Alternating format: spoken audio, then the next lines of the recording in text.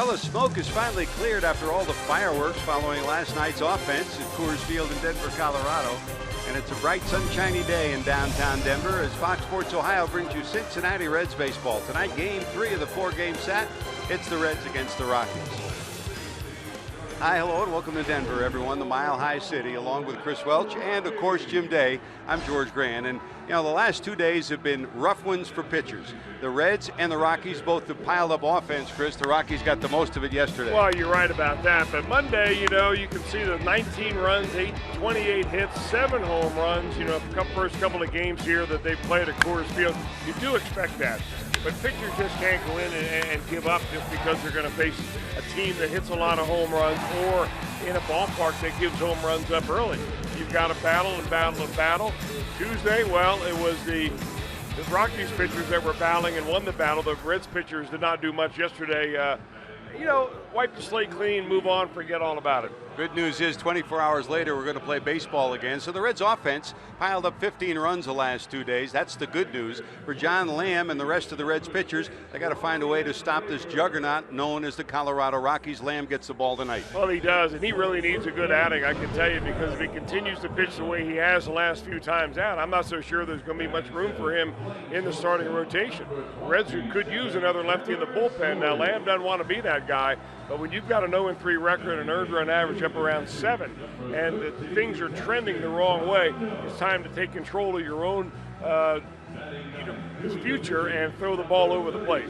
This bright young left-hander will face a bright young right-hander. Tyler Chatwood will get the ball for Colorado. Well, Tyler Chatwood, like John Lamb, is only 25 years old. This young man missed all of 2015 with coming back from Tommy John surgery. So they're really going to watch him very closely about how many pitches he throws and how many innings and all. But right now he's throwing the ball extremely well, coming off a very good outing, and a guy that can keep the ball in the ballpark because he keeps the ball down in the zone. Keep the ball in the ballpark. That is the mantra for the Reds. Offensively, they hope to put some runs on the board. We'll take a look back at the month of May with JD when we return as the Reds take on the Rockies from the Mile High City. That was brought to you by Chevy. Check out their award-winning lineup only at your Tri-State Chevy dealer. By Cincinnati USA Regional Tourism Network. Stay close to CincinnatiUSA.com. And by Skyline Chili. Feeling good? It's Skyline time. Back amongst the Rocky Mountains. What a gorgeous city this is. Denver, Colorado. Reds and Rockies coming up here on Fox Sports Ohio. I'm Jim Day. You know, as we said in the pregame show, certainly the month of May didn't produce a win-loss record the Reds are looking for, but baseball always provides you moments along the way.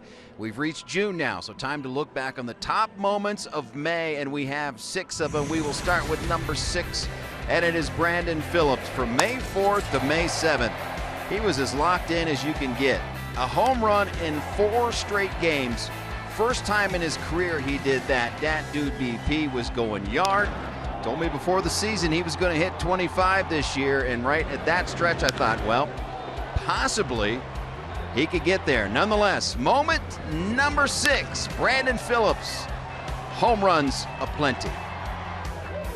On the other side of the break, we'll go with moment number 5 and then count you down to number 1 all night long. Also around the corner, it is lineups and first pitch. Zach Cozart and the Reds going after a victory over Carlos Gonzalez and the Rockies. John Lamb to the hill.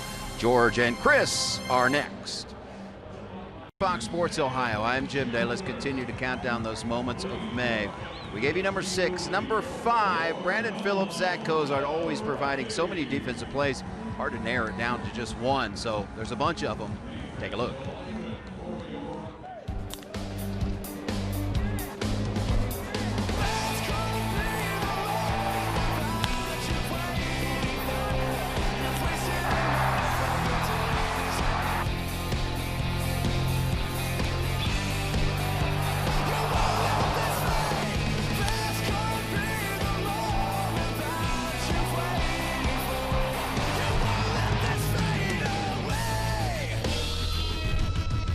It's always a constant.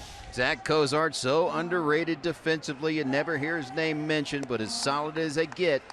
but he'll be without his double play duo tonight, at least, as we go upstairs to the guys who will call the game, George Grand and Chris Welch.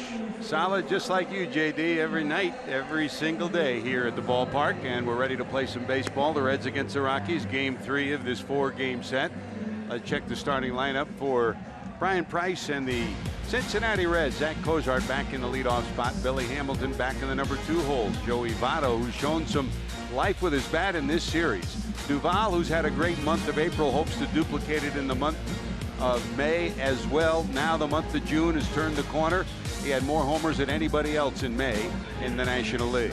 Jay Bruce 3 for 4 yesterday. Suarez, Ivan De Jesus Jr. will be in for Phillips at second.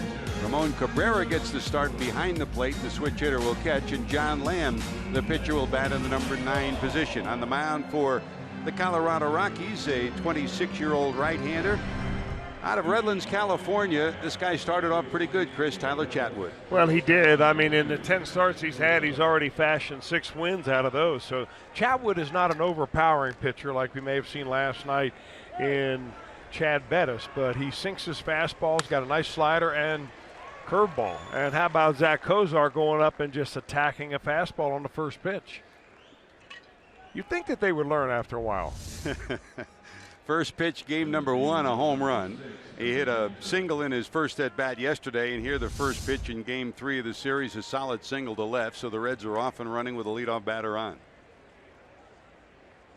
I guess Zach Cozart's theory is as long as they're going to continue to start the game off with a first pitch fastball, why don't I want to hit that pitch? He's a smart guy.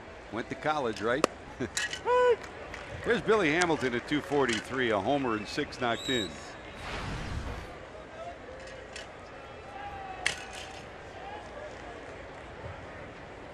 Billy in game 1 of the series. Outstanding 3-hit effort and a stolen base. This one looped into left center field. Long run, Blackman. He won't get there. It'll drop between the two of them.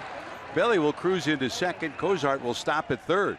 It looked like either one of them might have a chance to catch that. Neither one did. And the Reds wind up with second and third and nobody out. Good start for the Reds. Ryan Rayburn did not get a very good jump, but Charlie Blackman just had a bad route to this ball. He started going back sooner than he went actually into the gap to get it, and then he realized that he had misjudged that, and I think that he went after that ball thinking that Rayburn was going to catch it. So the Reds catch a break right there. Second and third, nobody out, and a chance to do some business here in the first inning. And it's Joey Votto coming to the plate. Votto at 213, 9 homers and 30 knocked in. Chatwood to the stretch facing Votto. Swing and a miss on the first delivery. I mean, nothing better than getting on a pitcher, you know, really before he gets is settled in out there. You know, you throw your stuff down the bullpen, you come out, you throw some practice on the mound, but you really don't get it until you start getting some hitters out.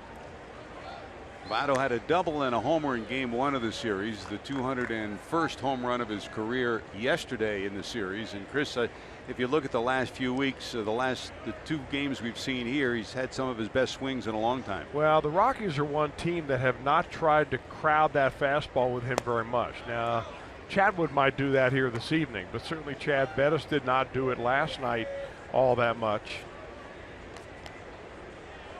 Excuse me, John Gray last night.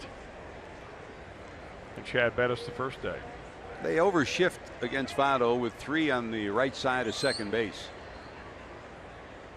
From the stretch, Chatwood. That's fouled off on the fastball, and it's 2 balls and 2 strikes. Now, later on this month, we'll of course honor Pete Rose, who goes into the Reds Hall of Fame. And this is one of those stories, Chris, that Pete loves to talk about. You get a runner on and a runner at second. You get a runner at second and third. I mean, they're giving you 2 runs right to start with. The Reds hope to get more than that, but with a couple of ground balls, you get 2 runs even without a hit here. Well, you got to put the ball in play. And of course, the one thing that is working in the advantage of Joey Votto in this at bat is that Tyler Chatwood really doesn't throw much of a changeup. His preference for on breaking balls are sliders and curveballs. Votto has had a heck of a hard time this year negotiating right-handers changeup, so he may not have to worry about that here in this at bat. Dribble to the right side, bounced off the glove of the first baseman Reynolds. They will not get the out, and a run will score. hustling down the first base line. Votto safe at first, so the Reds will have first and third, a run in, and they lead it 1-0. Well, backhanded by the first baseman Reynolds. I'm wondering if maybe he was thinking about coming home and just got his mind off fielding the ball first. Chatwood never did get to the bag before Votto got there. He's feeling around for it right there, and you know what? I think the Rockies might be asking for a review on that. Looks a lot closer than I thought. I think they may have gotten him. It looks like he missed it in his first stab, and then the side of the foot hits the bag just before Joey's foot hits the bag. But they will challenge it. So right away here in the first, they've got a challenge of the play. Walt Weiss, the 4-year manager of the Colorado Rockies, challenging this first inning play. In any event, the Reds will get a run out of it and lead it 1-0. So it's either a runner at first and a runner at third and nobody out, or a runner at third and one out. All right, here's an oddity from a scoring standpoint. If they uphold the safe call, it'll probably be an error on the first baseman Mark Reynolds. But if they overrule the safe call, you know, you don't get an error on RBI for Joey Votto, but if they overrule the safe call and they ring him up at first base and call him out, he will get an RBI. So they're on the horn back to New York City. This crew has Ryan Blackty behind the plate. Marty Foster's at first. Mike Winters, the crew chief, is at second, and Mark Wegner's over at third. Take another look. He misses the first step with the right foot, but then swipes at it again with the right foot, and it looks like he gets there just an instant before Votto taps the bag.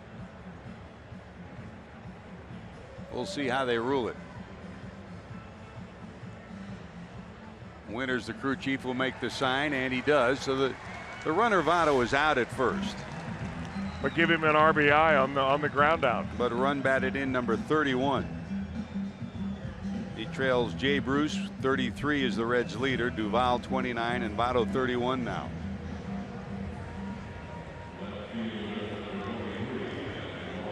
So here's Adam, and boy, what a month of May he had. He steps in with 13 homers. 11 of those came in the month of May. For Adam Duvall, a remarkable month.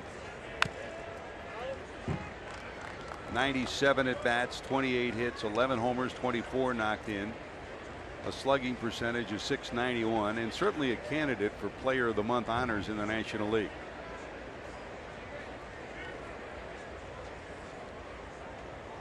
Infield back with the speedy Hamilton down at third. The only infielder that's tight now is Reynolds, who moves into the edge of the grass over at first. So ground ball middle of the infield. Hamilton will score. Hit hard. That's a foul ball.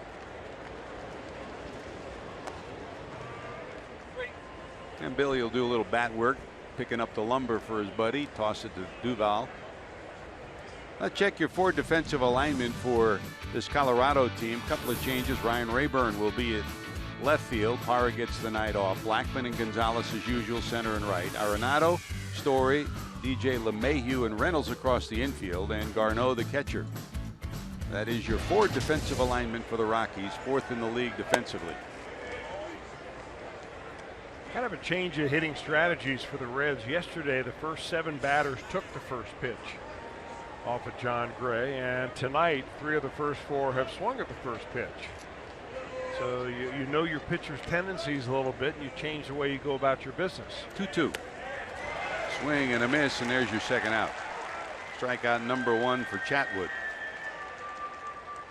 RGS bringing the energy numbers for this night. Well, Jay Bruce started off difficult-wise against the Colorado Rockies at home and on the road, but in the last 2 years against Colorado, in 11 games, .375 average, 6 doubles, a triple, 3 homers, and 10 knocked in. And that culminated last night with a 3-for-4 night for Jay Bruce. RIGS bringing the energy numbers for the Reds right fielder.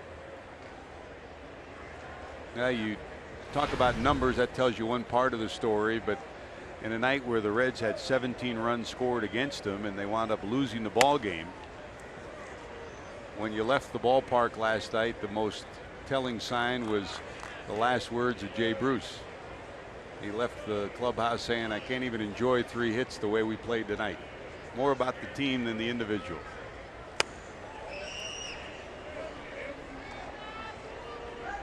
Two and 0. Bruce against Chatwood, 2 and 3 for his career. On deck is Suarez for the Reds. That's a strike.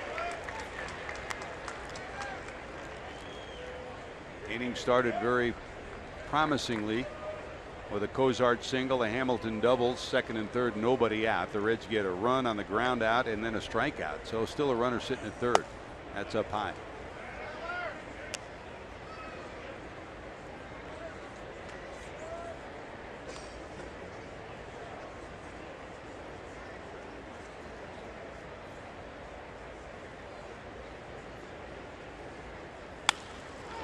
Line drive, left center. Here comes Blackman, and he got it. He held on. That saves a run, robs Bruce of a double.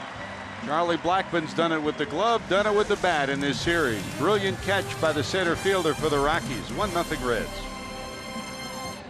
Our Elk and Elk storylines. Last night, the Rockies 1 through 4 hitters against the Reds. 11 for 19, 3 doubles, 6 homers, 6 of the 7 home runs that the Rockies hit, 13 runs batted in, and 10 runs scored.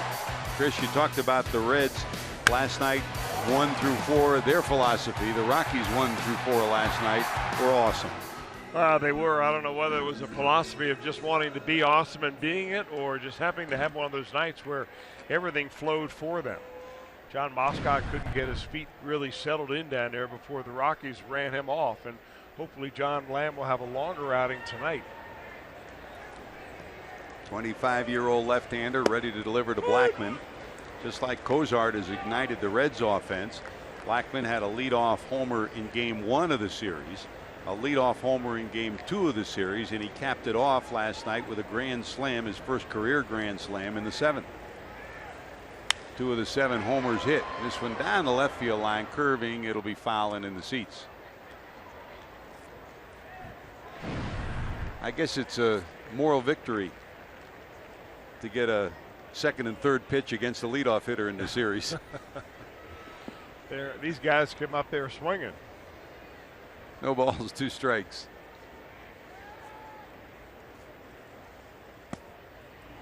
Down and away for a ball.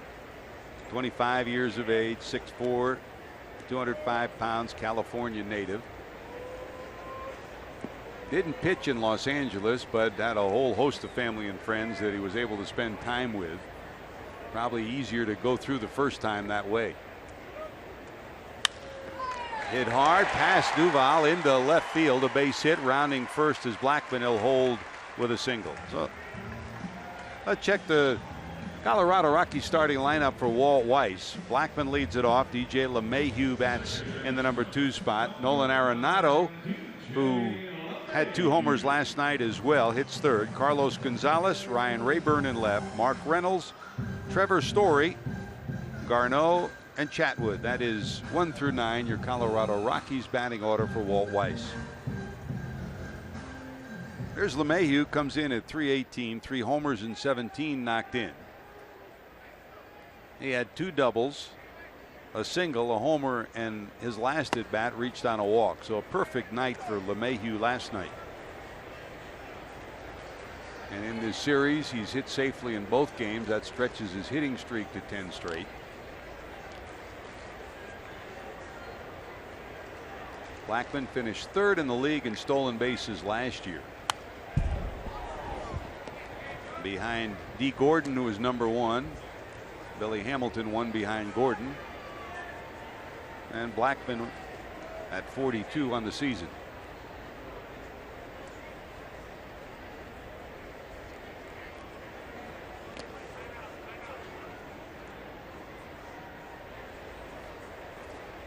Here in Denver, Walt Weiss does not do a lot of hitting and running and hitting, or bunting for that matter. On the road, they'll do a lot more of it, and that's really a true story for just about everybody who comes here. This is one of those Earl Weaver cities where you wait for the 3-run homer.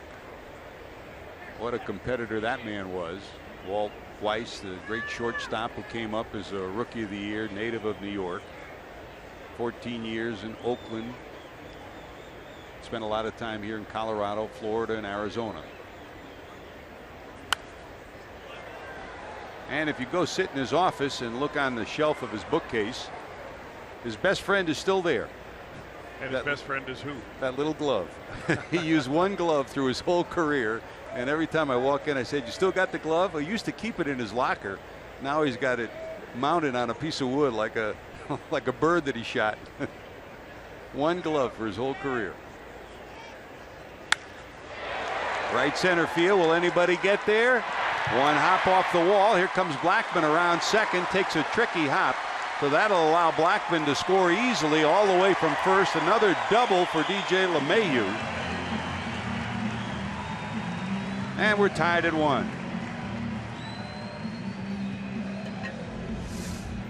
LeMahieu led his first at bat off with a double last night. That one went to left center field. This one goes right center field.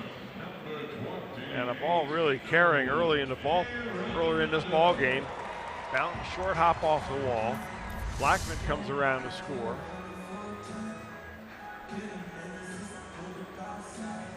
So make it an 11-game hitting streak for LeMahieu. Still nobody out, runner in scoring position. And here's Arenado. 2 homers last night give him 16 for the season and 43 knocked in.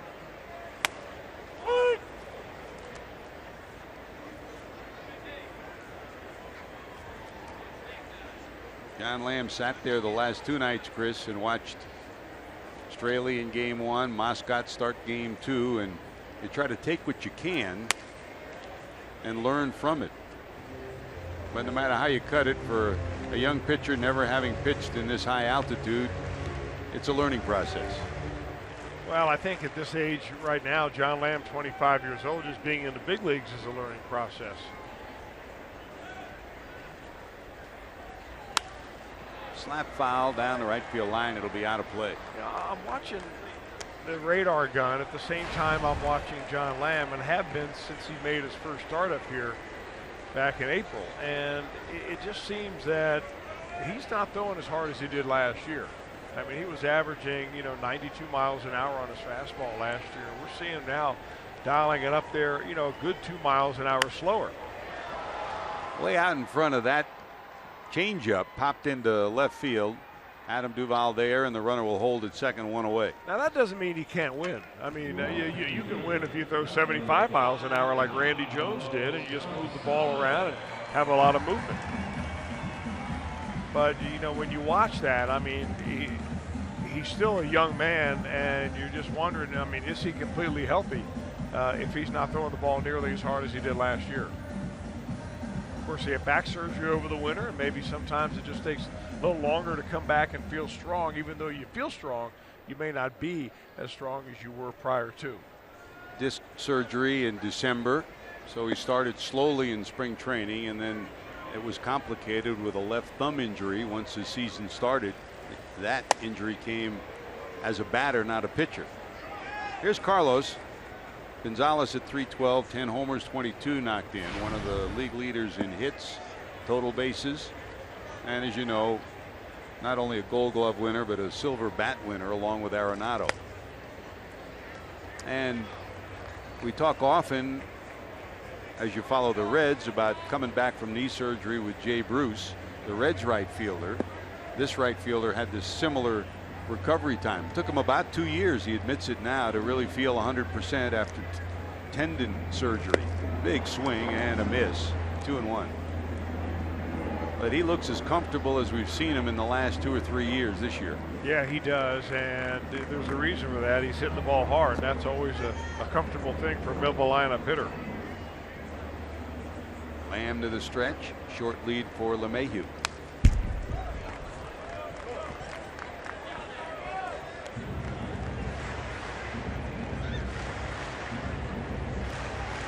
Trying to stretch his hitting streak to double figures. Sitting on a 9-game streak where he's hit over 500 during that period.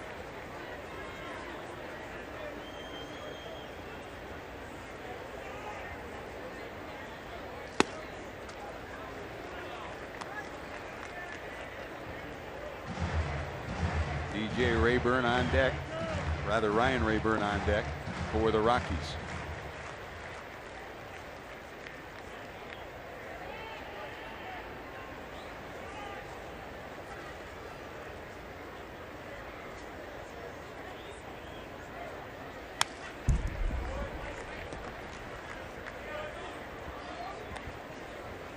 Three-two to the big right fielder. Well, Lamb will throw all the different pitches. He's got a two-seam fastball, a four-seamer, a cutter, a slider, a curveball, and that curveball can kind of change up. That curveball, he can dial it up or dial it down way into the mid-60s as far as the speed of it.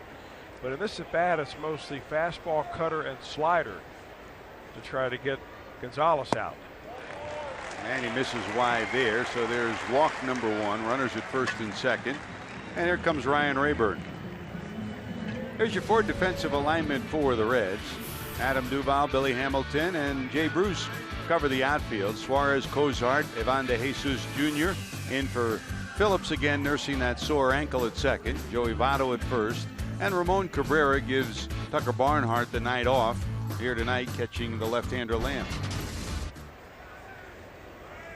So middle of the infield double play depth with Ryan Rayburn coming to the plate. A left-handed laden swinging outfield, so Rayburn will almost always get a start against the left-hander. He's right-handed off the bench, their most reliable pinch hitter and one of the best pinch hitters in the league.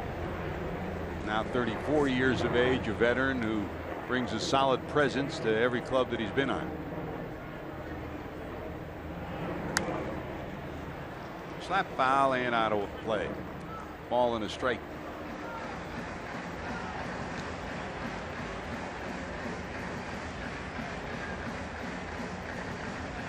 The son of a preacher digs back in, comes from a great athletic family, older brother, outstanding athlete as well. Well respected in the clubhouse as well as on the field. 2-1.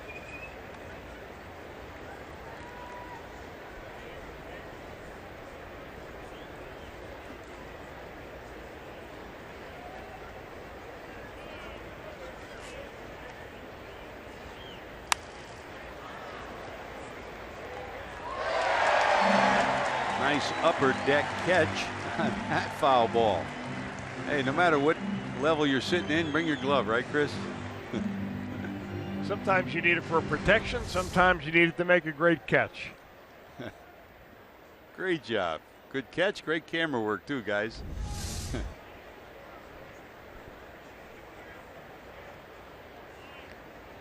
2-2. Fouled off, but held on to by Ramon Cabrera. There's your second out of the inning. Strikeout number one for Lamb.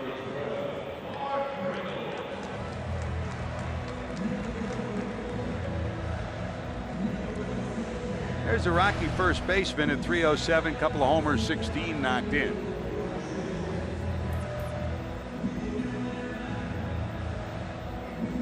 You watch his career as it's evolved. Always been a fine offensive player in the National League and the American League. Last 3 stops have been one-year contracts where he's been more of a bench player than a regular. He's cut down his strikeout totals from what at one point was an all-time major league record, over 200 strikeouts in a season. He's cut that down to less than half, but the other side of that is he's getting about less than half of the plate appearances that he used to get to. And that's what you need against him, Chris. You got to change speeds. Well, you're exactly right, because he takes a huge cut and he gets that swing going early on, and he's got good plate coverage. But what he doesn't adjust to is changes in speeds. You can speed him up, you can slow him down a little bit. Really great changeup right there by John Lambert. And don't be afraid to throw 2 in a row here. Sawed him off. They'll get the out at second and dodged a bullet after the single double start to the inning. So DJ LeMahieu's RBI ties it at 1. Here comes Suarez for the Reds.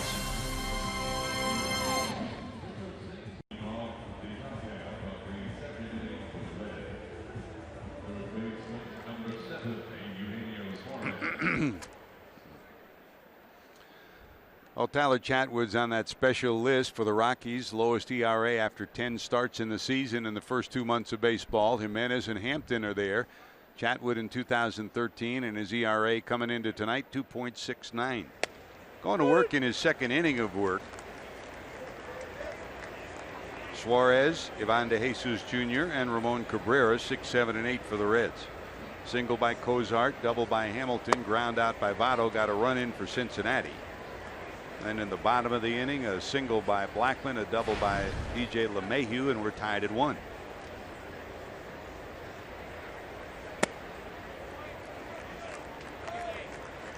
Two balls and one strike to the Reds' third baseman. And Chris, you've talked about it periodically as we go around Major League Baseball, and it seems like every place you go we talk about Tommy John surgery, but here is one of those that are on that growing list of not one but 2 Tommy John surgeries in his career. Well, technically he only had one. The first one he had was between his freshman and his sophomore year in high school, and the doctors only tightened up that UCL, that ligament in there, so it really didn't qualify as a true Tommy John, but it certainly was invasive enough that they had to go in there, and he missed an entire sophomore season as high schooler. When he came back as a junior, he played center field, and when he came back as a senior, that's when he pitched again, and he was drafted out of high school.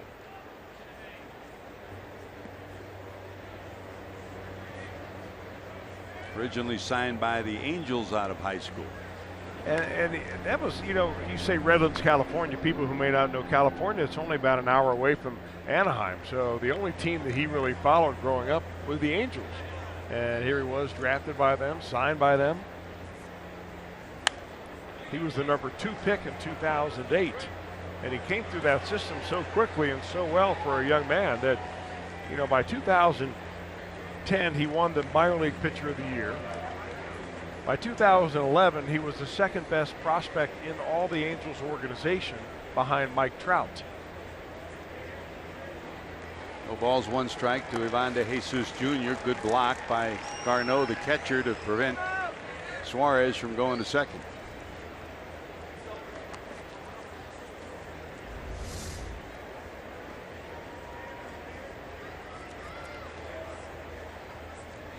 Well, we saw a catcher play short last night, and there's a catcher making a play like a shortstop behind the backhanded play to stop that one from going to the backstop. A little bit bigger lead for Suarez, going nowhere. This one looped into center. That'll drop for a hit. Suarez rounding second, heading to third, and he'll get there easily. So first and third, a walk and a base hit, and the Reds have first and third. Again, the first 2 batters on here in the second for Ramon Cabrera. Well, we showed you that really good low earned run average by Tyler Chatwood here to start the season off. But if you really want to break it down and find out why his earned run average is so good, it's because of what he has done on the road. His earned run average on the road is 0.5. When he pitches here at Coors Field, it is over 5.0. So, when you see this kind of change, yeah, you blend it all together to get a very good earned run average. But the fact remains, he's not the pitcher here in Denver that he is when he gets away from Denver. There aren't many that are, right? You're right. You saw Jimenez and Mike Hampton on that list earlier. And here's Cabrera hitting in the 8th spot, comes in at 263, giving Barnhart the night off.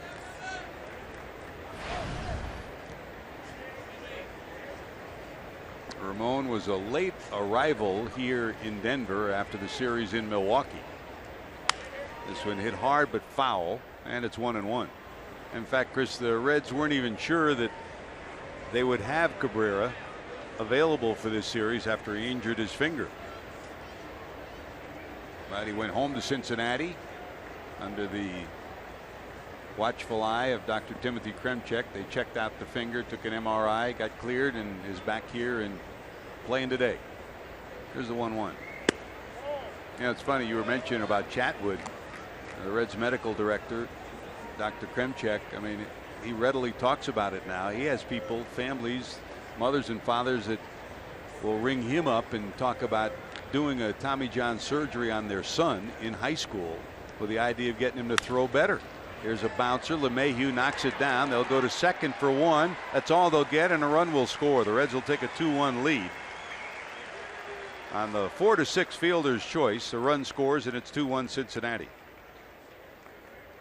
It may sound strange, Chris, but it's hard to believe that some people don't realize what a toll it takes on a person, especially a young person, to have a surgery like that. Well, there's so many people that just don't understand what it's all about, and the main reason why pitchers come back after Tommy John surgery throwing harder than they did before.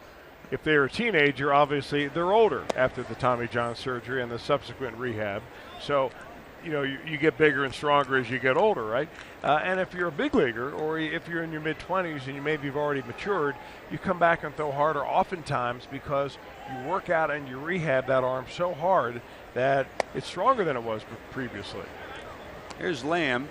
So 2 ground balls to the right side get the 2 Reds runs in. Now they're looking for some small ball. Trying to get the bunt down is Lamb, and he's 0-2. Doesn't get it done. So a strikeout. That is strikeout number 2 for Chatwood. 2 away. Runner still at first. And a reminder, follow Cincinnati Reds baseball live with the MLB.com at-bat app. Stay up to the moment at any moment with game day, live game video, highlights, StatCast, news, and a whole lot more. Download MLB.com at-bat, the #1 app for live baseball on your phone and tablet. Back to the top of the order. Here's Cozart. First pitch he saw tonight. He banged it into left for a base hit. Hamilton followed with a double in the first. The Reds had second and third. Cozart scored on the Votto groundout. Breaking ball misses. 2-0.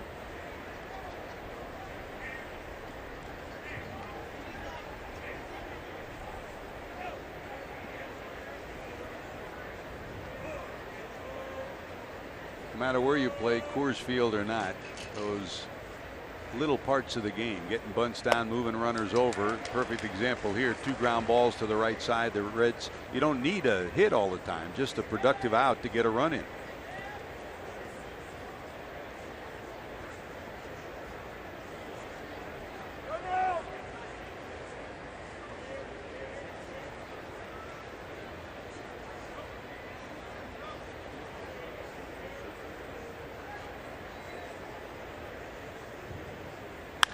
Hit hard. That's a fair ball. Ramon Cabrera around second. Billy Hatcher keeps waving him, and he'll hold him as Cozart pulls into second with a double. Well, there's your example. If you get the bunt down, that's another run, as the catcher would have scored. As it is, it's second and third with 2 away. I don't know what the Rockies have to do to learn that you can't throw Zach Cozart a fastball in there, because he is super quick on it. He had a bad swing on a slider. He came up and threw him right a fastball straight back in there, and he pays him back for it.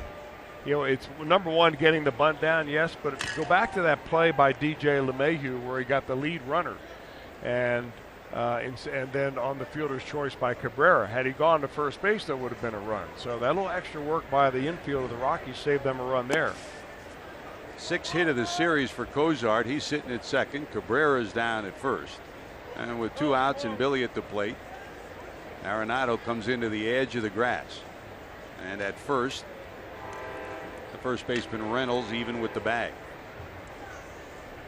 1 ball to Hamilton, who doubled to left first time up. That's a strike.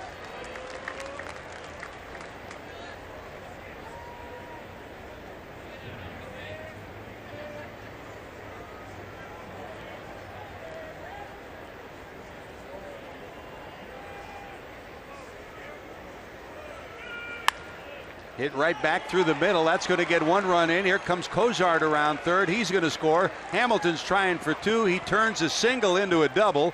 Plates 2, and the Reds put 2 more on the board and lead it 4-1. How about Billy Hamilton taking advantage of a center fielder coming in and just nonchalantly fielding that ball and flipping it back into second base. Cozart gets a good jump right here. He's off the bag. There's 2 outs. He's going to score on that. But look at Blackman. He just fields it and just, forgot Billy Hamilton was on the base paths. Speed's a wonderful thing, and number 6 tools around the bases, turns it into 2, so he's in scoring position for Votto, and the Reds have a 4-1 lead. Joey grounded out to first. That plated the first run for the Reds. That kicks away. On his way to third is Hamilton. He'll get there without a throw. I'll tell you, Billy Hamilton played in Coors Field. This would be a doubles paradise for him. Yep.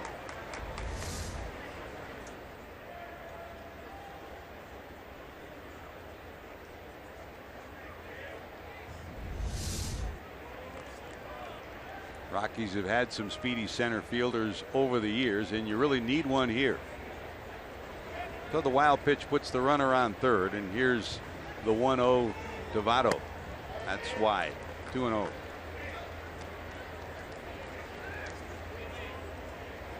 Joey, game one of this series, a bases loaded ground rule double, tied a game at 5, and homered in the 7th, the 200th of his career, to give the Reds a 2-run lead. Game 2 of the series, he hit a bullet line drive right at Arenado at third, and then hit his 201st home run in the 6th.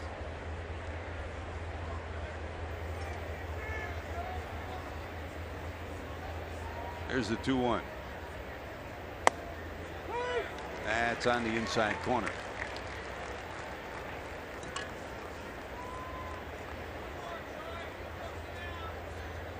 Two at bats early here tonight, Chris, and it's the first time in this series, the third game of the series, where they are pounding him inside a little more. Well, maybe they have a pitcher that needs to pitch to the scouting report. In the dirt. And we'll go full 3-2. Yeah, for Chatwood, he's just a young guy, same age as John Lamb, 25 years old. But not an overpowering pitcher. I mean, you don't get 6 wins and 10 starts unless you're doing a few things right.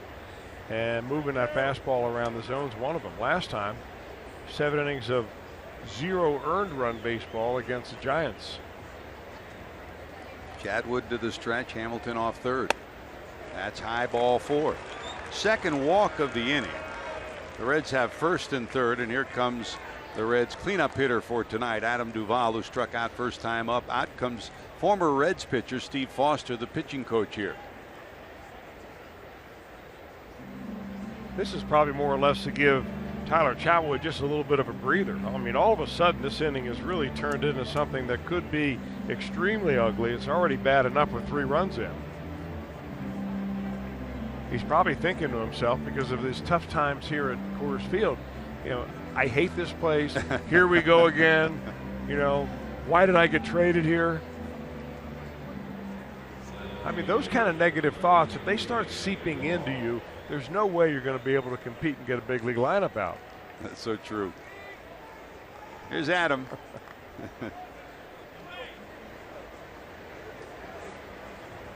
So Votto inches off the bag at first, the speedy Hamilton off third. Chatwood will work from the stretch.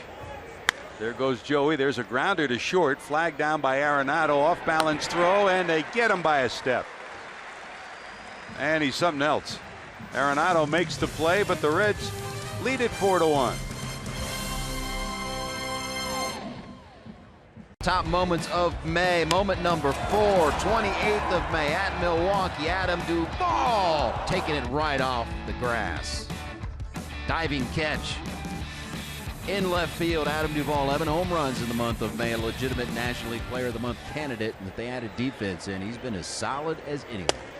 You know, JD, you talk to him, we all do, and I think that catch, he's as proud of that as all the home runs, wasn't he? He is, and he's proud of those assists he's had in the outfield as well. He's got an underrated arm, and who knows, right field could even be his future.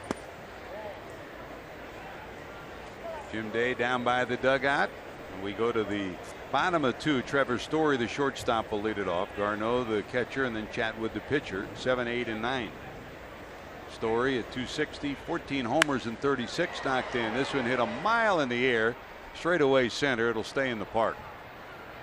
Billy's got it, 1 away.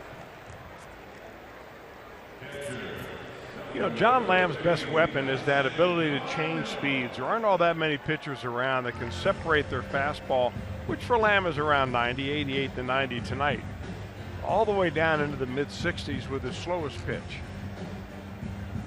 And I remember watching for years Bronson Arroyo, you know, almost hitting every number between 75 or 72 miles an hour all the way up to about 90. From the windup, Lamb delivers. That misses inside. You know, it's passing the baton and passing the knowledge along. Chris, you remember when Bronson Arroyo would sit with Johnny Cueto, they become fast friends, even though Bronson and Cueto didn't speak much English. Johnny and Bronson didn't speak much Spanish, but they talked baseball and they sat next to each other. That taught Johnny a lot about changing speeds, and especially coming here to Denver. Cueto's way of operating here was that changeup that he would throw, he'd throw it in the dirt. The breaking ball, he wouldn't throw it for a strike. Yep. Show it, but don't put it in the strike zone. And last year, I remember when Michael Lorenzen first came up, he attached himself to Johnny Cueto and talked a lot about that. Cueto's passed that baton on, and that's what John Lamb's using tonight. Cueto was a different pitcher here, and he was successful here. This one lined right to the glove of Ivan DeJesus Jr. Good job by the Reds second baseman. Good positioning, nice catch, and there's 2 away. Well, these are the kind of innings you just salivate for at Coors Field. You get 7, 8, and 9 coming up, and you retire the first 2, and now you can just work on the pitcher. You know, the key is just make them put the ball in play, preferably on the ground. Here's the pitcher, Chatwood. Decent hitter. He's in at 211.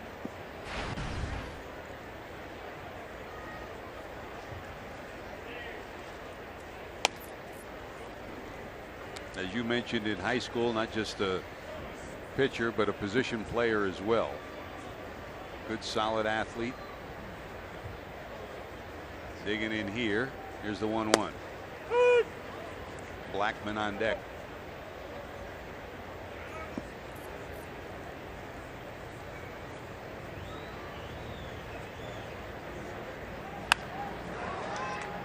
Cozart, money in the bank, a 1-2-3 inning in Denver. How about that? We're going to the third. Bruce will lead it off. Transmitted in any form, and the accounts and descriptions of this game may not be disseminated without the express written consent of the Cincinnati Reds. Hey, start your weekend off with a bang with Fireworks Fridays at Great American Ballpark. This Friday, cheer on your Red Legs when they take on the Nationals for as low as $12. Plus, enjoy a post-game fireworks show presented by Coca-Cola. For tickets, call 513-381-REDS or visit reds.com. Reds were 5-1 against the Nationals last year. Dusty Baker brings his club to town Friday, Saturday, Sunday. Good to see Dusty, and Chris Spire is his bench coach. Paul Lassard, the trainer now, and Washington as well, the former Reds trainer. Here's Jay. Lined out first time out to center field on a nice play by Blackman. They will overshift to the right side against Bruce.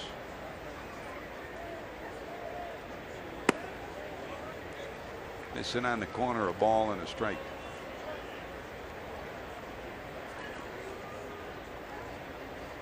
Usually when you come close to the cycle, it's the triple you don't get. Last night, Bruce had a double, triple, and homer. Jay 3 for 4.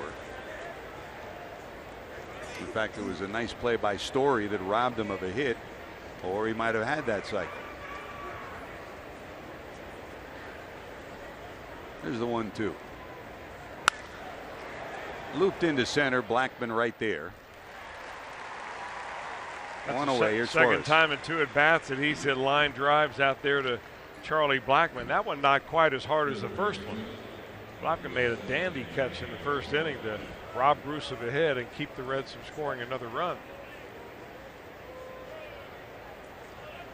But even 2 line drives to center field gives you a better indication of where Jay Bruce is as far as pulling the ball versus using the whole field.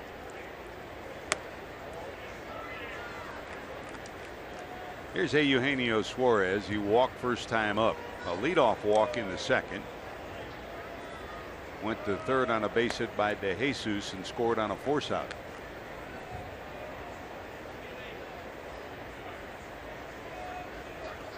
The Reds 2 runs on infield ground balls with runners at third, and 2 more on a double by Billy Hamilton. The 4 runs they have on the board.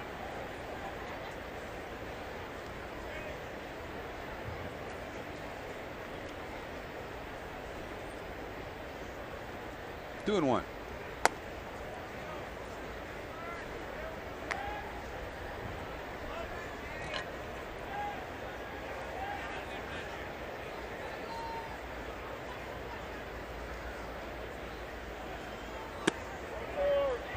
Back-to-back walks to Suarez, so 1 out, 1 on, and here's Ivan De Jesus Jr.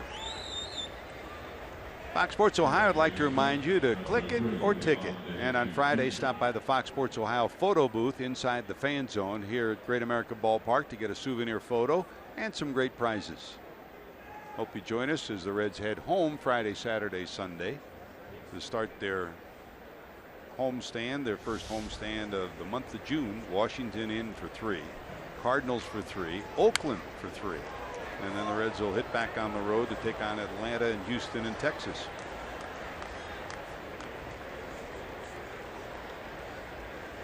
So this coming homestand, you'll see Dusty Baker, and then it's been a while since we've had a chance to see Bob Melvin, the manager of the Oakland A's. He'll bring his team to town too.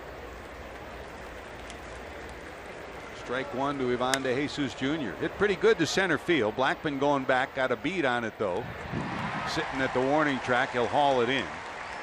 Suarez had gone all the way to second and retreats to first.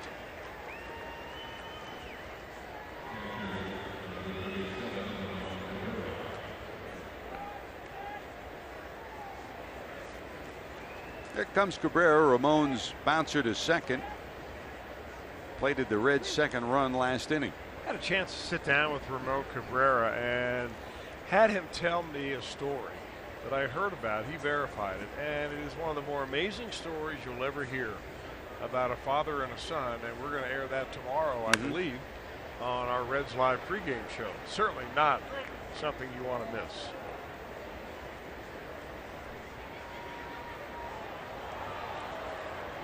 And don't miss your chat with Brandon Finnegan this week on Reds Weekly with Jeff Pecoro and Doug Flynn.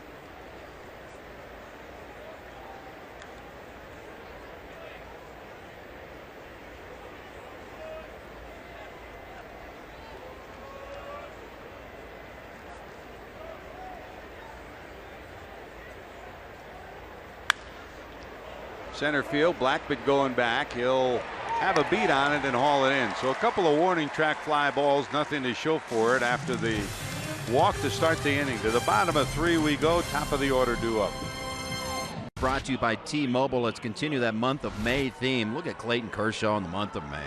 5-0 record, 0.91 ERA, and 3 complete game shutouts. Jose Fernandez matches him as far as losing-less May.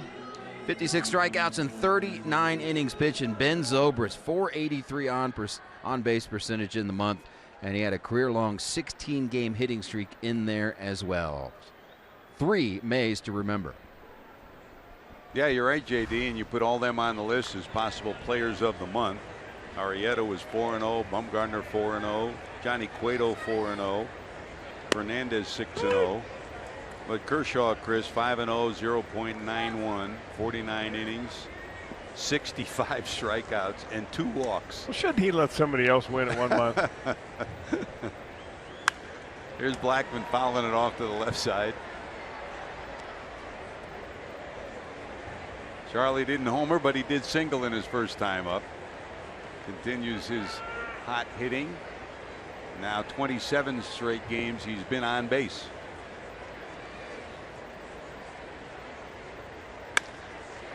And another base hit. He's 2 for 2. A leadoff hit for Blackman.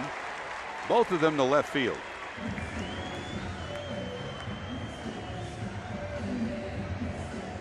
Well, the Reds did not put the shift on him this time. They did have Cozart a little bit towards second base, and he hits it in that hole between shortstop and third again. Because you've talked a lot about it, and you mark it down. You talk about the month of May and some of the moments. You've seen too many 0-2 base hits by this pitching staff, huh? Well, I don't see them getting to 0-2 enough, and then when they do, you don't want to make a mistake.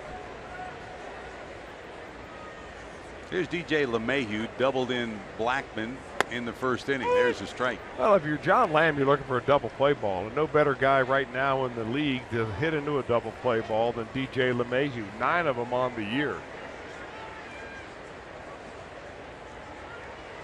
So you spin that little two-seamer up there, get it down on the outside corner, have him roll over it.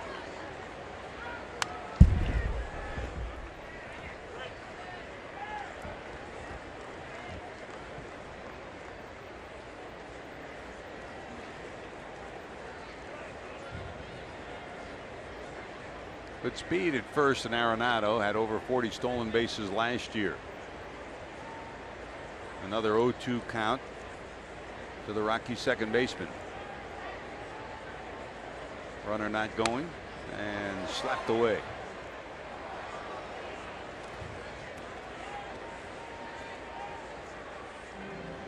Well, we've been talking about it this whole series. Those streaks have continued to grow. 9 straight games for Gonzalez, Blackman 10, DJ LeMahieu 11 straight after his double first time up.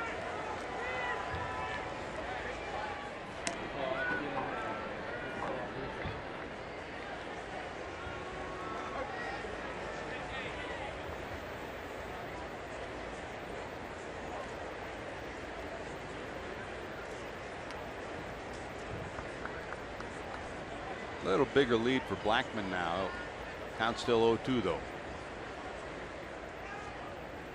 Not going. Hit hard.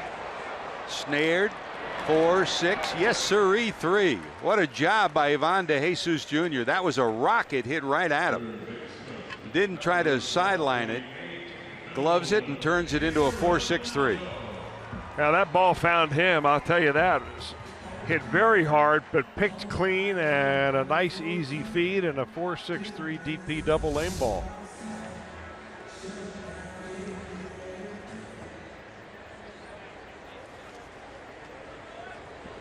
.39 twin killings for the Reds on the season now, and that erases the base runner. 2 out, and here's Arenado. Fly to left first time up.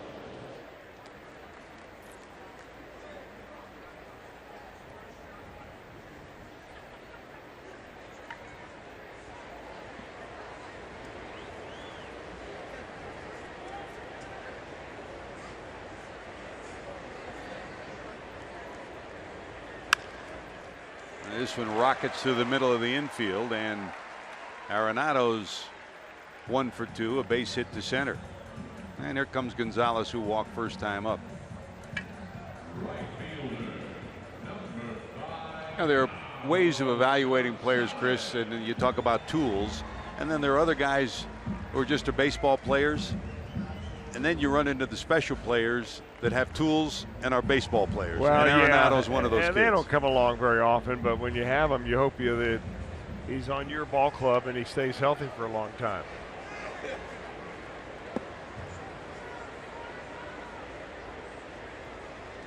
Runner at first, 2 away. Lamb to the stretch. Arenado on first. Gonzalez walked on a 3-2 pitch first time up. 10 pitches in the inning by John Lamb to 4 batters. All of those pitchers have been strikes.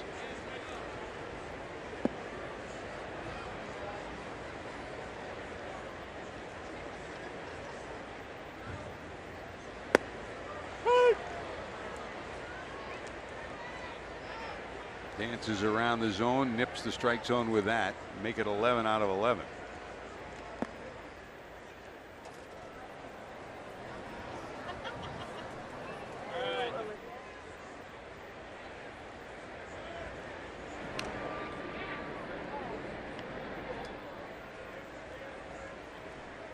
So there, Arenado on first base. I guess it's worth mentioning that he and Billy Hamilton were chosen in the same draft, 2009, just a couple of players apart. Both of them in the second round. Billy Hamilton went first. He went in the 8th pick of the second round out of high school in Mississippi, and Nolan Arenado came out of a high school in Lake Forest, California, by the 10th pick in that second round by the Rockies. How about that? What an inning. 1 ball in the inning for John Lamb. He gives up 2 hits but gets out of the jam. He still leads 4-1. home, and we're looking forward to seeing you this weekend. Reds fans, grab your buds and join Mo Egger from 700 WLW for the Reds fan cam this Friday night at the Holy Grail. Your chance to answer Reds trivia, win prizes. You could also be part of Reds Live. Party starts at 6 this Friday at the Holy Grail. Mo's there to talk baseball with you, talk some trivia too. There's Lamb, who struck out trying to bunt in the second inning. Leads it off here in the fourth. Great to have you with us on Fox Sports Ohio. George Grant, Chris Welsh, and JD Jim Day. As usual, our producer Josh Hall, our director Roy Alfers here in the Mile High City.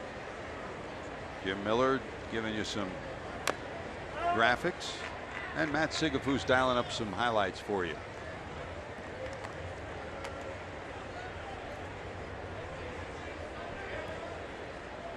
No balls, 2 strikes to the Reds pitcher.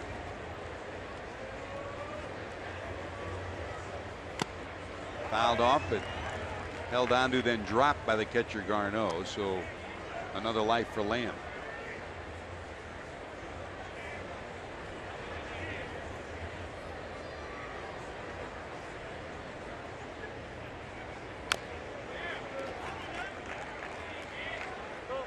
The Rockies always liked this young right-hander, and in fact he was on their draft list when he was drafted by Anaheim. And the other side of it, the Angels always liked Chris Iannetta. Well, that's how the two switch teams. There's a ground ball to short. Chatwood traded for the former Rockies catcher. That was back in 2011. And just a reminder, as you enjoy Pole 1, to look forward to Miller Time later in tonight's game, brought to you by Miller Lite. That's a pretty sky. Get some great sunsets out here, huh, Chris? And sunrises. You were up running this morning at sunrise, no. Right? But I forgot, I forgot to close the curtain. You have played golf with Tim Lawler at sunrise, though. Oh, yeah. Here's Zach. Goes our 2 for 2, 6 hits in the series. Single in the first and scored on the ground out by Votto. Double in the second and scored on the double by Hamilton.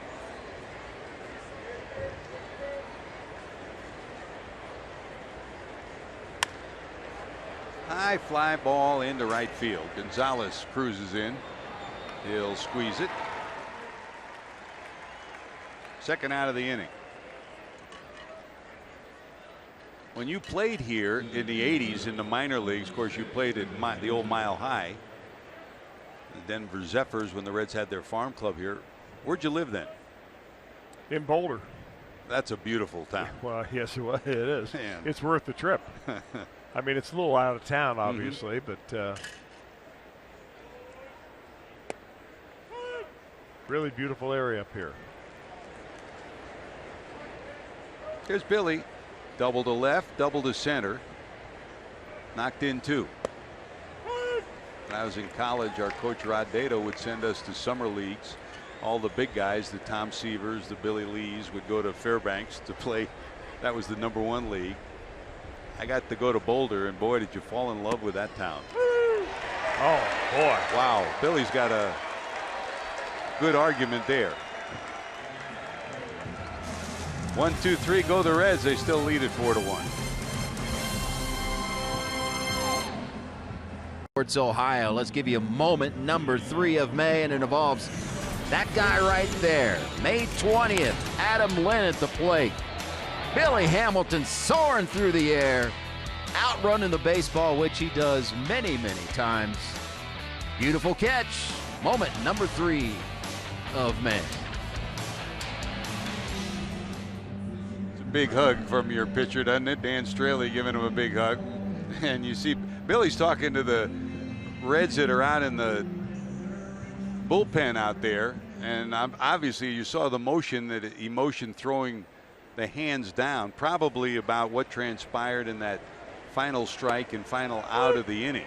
Now, if you throw your equipment, it's an automatic fine. In fact, you can be ejected for it. And it looks like the home plate umpire, Ryan Blackney, is saying to Billy that's a fine as he tosses the bat on the ground after being called out on strike 3. John Lamb back to work. There's a rocket off the hip. Votto will get to it, and Lamb limping towards the third base line. And out comes Steve Ballman to check him out. Man, that was a rocket shot, Wow, Chris. that ball hit hard. Man.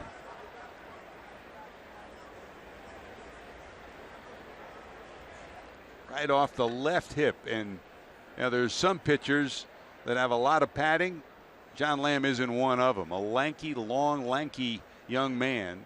He's got a lot of bone right there, and it looks like it hit right on the joint of the hip. Well, look how far the ball bounces. I mean, it bounces off of him like it hit a concrete wall and nearly goes all the way over to the dugout.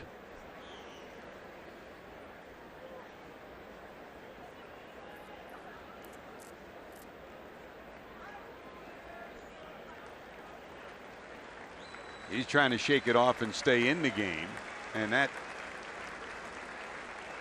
either way, whether he stays in or not, that's going to be hurting later tonight and tomorrow. He doesn't really care that much about later tonight or tomorrow. He'd like to finish what he started in this ball game. He's off to a real nice start.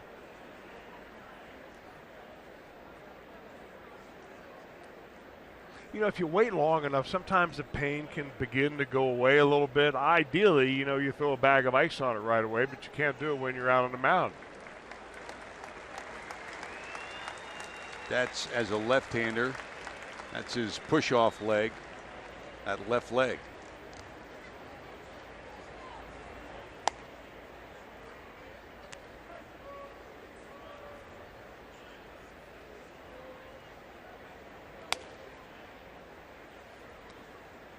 He said, "I'm okay, let's go." And the trio of Brian Price, Mark Riggins, and Steve Ballman head back to the dugout, and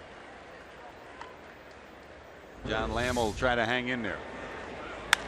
Ooh, man.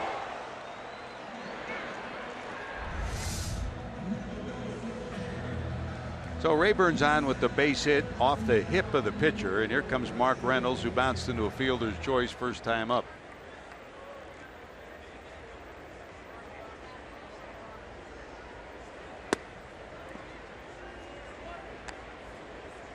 Fastball misses inside. These two pitchers have been firing strikes at each other. Lamb in the third, 13 pitches, 12 strikes. Here's a pop-up in the infield. Who's going to take charge? DeJesus will. Got it. Here's your first out of the inning. And Chatwood matched Lamb in the top of the fourth. 12 pitches, 11 strikes. Well, here's Story, the shortstop, fly to center first time up.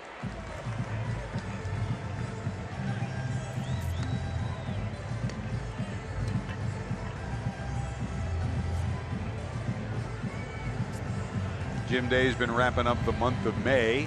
For Trevor Story, the month of April was pretty special. He was the National League Rookie of the month of April. Followed up the month. There's a bouncer, a bunt down to the pitcher. Good job by Lamb to haul it in and get the out. Smart move. You gimp up the pitcher. Let's see if we can steal a base hit out of it. Yeah, I was just thinking the same thing. A very smart move by Trevor Story. If this bunt is a little bit more towards the third baseline, he's got it. Lamb on that bat it rather nonchalantly. And a bang play at first base gets the man out. Now remember, we talked about it earlier. John Lamb had back surgery to start the year back in December. It took him a long time to rehab from that. And really, whenever you have surgery, it's going to take you, whether it's your knee, your back, your elbow, you're talking really about a full year before you're 100%. So he's still really rehabbing from the back. Here's Garneau, the catcher, lined out to short on a leaping stab by DeJesus back in the second.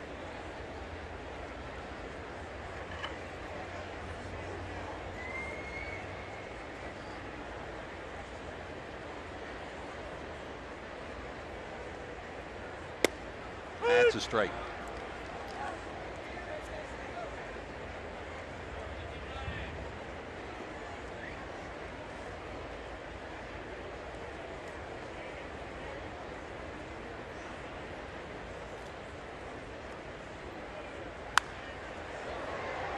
left turn into the seats down the left field line. And it's 1 ball and 2 strikes. Well, he got him way out ahead of that changeup of Lamb's, and you know he throws a cutter, which is a fast breaking ball, for lack of a better term, that'll cut right into a right-hander. Then that changeup, about 10 miles an hour slower than the cutter, goes down and away. But he left that one in, and Garneau hooked it. Nubbed off the hands. Across the infield, Suarez makes the play as he slipped before he threw it, but still got the throw off. Gutty performance by Lamb. He's hanging in there. Reds still lead 4-1. Being brought to you by your local Ford dealer. Ford, go further. And by Cincinnati Children's, ranking 3rd in the country on United States News Best Children's Hospitals.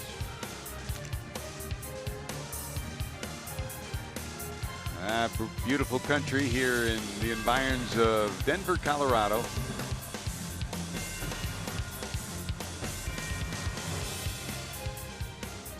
Pretty sunset, pretty sunrises, great place to enjoy nature. And here at this ballpark, more often than not, you see plenty of offense. The Reds put 11 runs on the board to win game 1. The Rockies came back to win number 2, scoring 17 runs. And here we are, game 3 of the series. Joey Votto will lead it off in the 5th. Votto grounded out in the 1st, plated the first Reds run, and walked on a 3-2 pitch in the 2nd. 4 runs, 5 hits for the Reds, a run, 5 hits for the Rockies.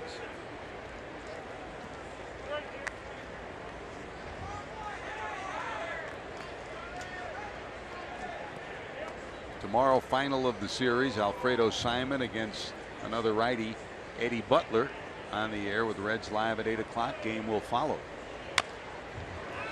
Fouled off Joey's foot. 3-1. And it's heading home against the Washington Nationals. Brandon Finnegan against Gio Gonzalez on Friday. Dan Straley against Steven Strasburg on Saturday. That's a 4 o'clock start. And then Sunday, it's John Moscott scheduled to go against Tanner Roark. Bryce Harper did not play last night for the Washington Nationals after being hit in the knee 2 nights ago. That's a strike. 3-2. Of course, some great young players in the league right now, Chris. We talked about Harper and Trout and Arenado here, and players like Lindor, who you saw when you were in Cleveland, Correa. Great young talent. Joey, 3-2 pitch lined into left. There's a base hit. They overshift to the right side. He obliges with a line drive base hit to left. Well, it seems like every time they put a ball on the outer part of the plate and down like that, he's dropping the bat head on it.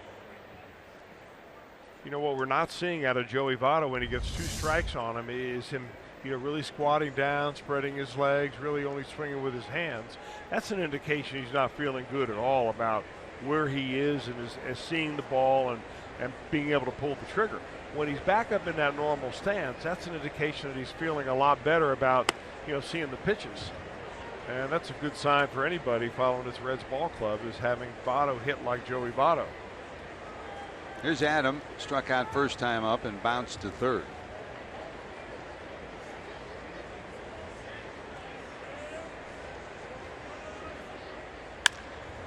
Towards short. They'll get one at second, on to first. They'll turn it into a twin killing. Nice job by Story. That hit the edge of the infield grass and took a rough hop on him, but he hung with it to turn it into a 6-4-3. Right fielder, number 32, Jay Bruce. And here comes Jay. They'll overshift on Bruce. Bruce, 2 line drives to center. 0 for 2.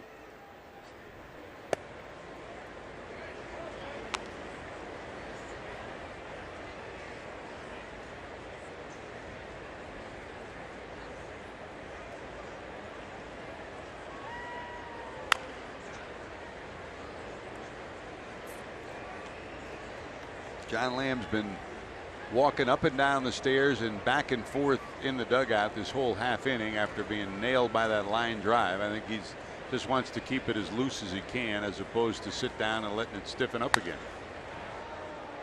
Popped up into the air sky high. Who's going to take charge? Blackman will. And the Reds retired in the 5th. Here comes Lamb. To team up with the DAV, Disabled American Veterans, and Hankook Tire to offer $5 tickets to active duty reserve, veteran, and retired service members and families throughout the season. For tickets and more information, visit reds.com/military. And we, as we have all week, salute our military. There's a hard hit ball down to second by the pitcher Chatwood. De Jesus will turn that into the first out of the 5th inning.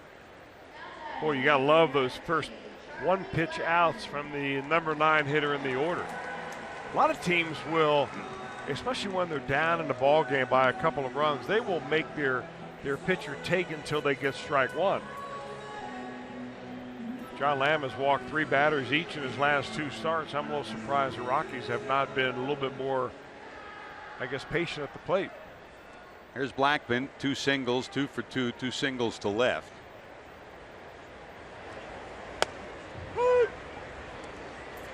Kind of like the demeanor of the Reds left-hander, Chris. He's an enjoyable young man to be around, has a sense of the game. In some respects reminds you a little bit of Bronson Arroyo. Rip foul down the right field line. Well, he certainly, goes to the beat of his own drum. There's no question about it. And, he sometimes looks disinterested, which could be very deceiving. It's the farthest thing from the truth. He got beat around, I think, in one of those ball games. I guess it was in Milwaukee. And, his demeanor doesn't change. It doesn't look like he's getting mad. And people are wondering, well, why don't you show a little bit more emotion out there? And that's just simply not the way he rolls. No balls, 2 strikes. He's got that SoCal personality kind of through and through. Never forget when we traded for Bronson Arroyo, Dave Wallace had Bronson in Boston as his pitching coach, and I called Dave Wallace and asked him about him. He said he was the best quiet competitor I ever had. No, you never knew how much of a competitor he was. But the Reds got a full dose of that in his career in Cincinnati. Well, you got to remember, though, if you're John Lamb, and he knows this, that there are only so many spaces in this starting rotation. Once Homer Bailey gets back, once Anthony DeSclafani gets back. Trying to come in with a fastball. He plunks Blackman. So with 1 out, Blackman on for the 3rd straight time. 1 out, 1 on. Once Raisel Iglesias gets back, not sure when that will be, but I mean, those 3 right there. You got Brandon Finnegan, who's throwing the ball a lot better. And so there will be, and then you got, all the young pitchers that are down in the minor leagues, that we've heard so much about, that eventually we will see them, we're told. Robert Stevenson, who's already come up here before, Cody Reed. I don't want to start going through all of them because there's a whole bunch of them, but they're going to be really competing for 2 spots on this rotation. And John Lamb is getting an opportunity right now before it gets a lot more crowded. Here's DJ LeMahieu, a double and a ground ball double play.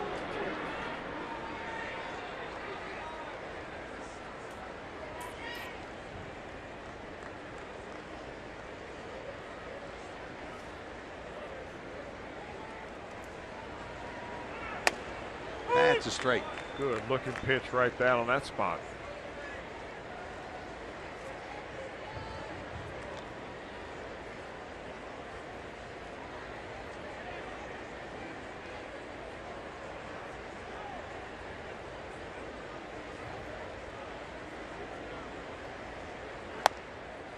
Blackman, outstanding base runner, pretty good base stealer.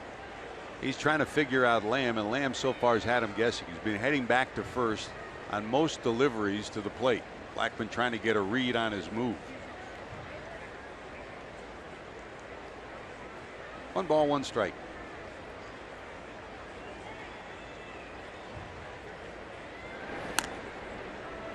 Well, Lamb Lam's trying to do a lot of different moves at first base. He has somewhat of a modified slide step normally when he goes home, so he's fairly quick.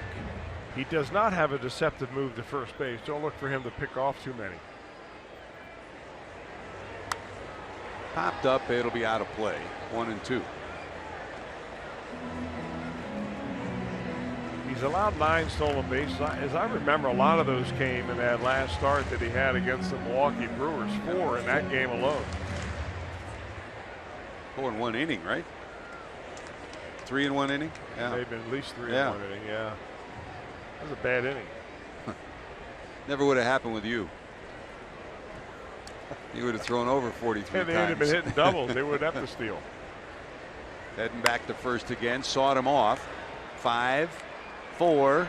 Votto picks it at the other end. Turn it into the second double play for the Reds tonight. So John Lamb gets out of the hit by pitch situation. Reds still lead at 4-1. Suarez back to the plate. Part of Super Saturdays this season at Great American Ballpark. This Saturday, the first 25,000 fans will receive a Reds tote bag. Catch all the action when your Reds take on the Nationals for as low as $12 this weekend. For tickets, call 513-381-REDS or visit reds.com. Here's Eugenio Suarez to lead it off for the Reds in the 6th. He's walked twice. Ivan De Jesus Jr. to follow, and Ramon Cabrera in the 8th spot. Line drive right center field. That'll drop for a hit. Here comes Suarez around first. He's going to try for 2. It's bobbled by Gonzalez, and he'll get to second. Boy, Suarez had 2 on his mind as soon as he left the batter's box, and when Gonzalez couldn't handle it in the alley, he just kept chugging to second. Well, the fact that he was already moving towards second base is the reason they'll give him a double right here. Really wouldn't hit all that hard, but just a great spot. And another kind of a nonchalant play, and they're going to give Carlos Gonzalez the error there. So it's a single for Suarez and an error on the right fielder. I really thought Suarez was going to second base no matter what. He had turned the corner like he was heading that way. Here's Ivan De Jesus Jr. singled to center. That was in the 2nd as the Reds got the first 2 batters on and wound up with a run scoring ground out from Cabrera and a double that played at 2 by Hamilton.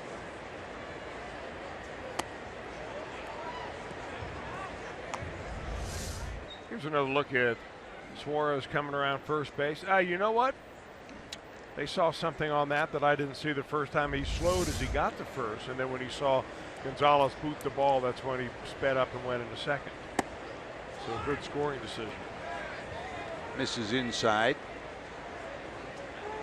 Gonzalez, a Silver Bat winner and a Gold Glove winner last year in the National League.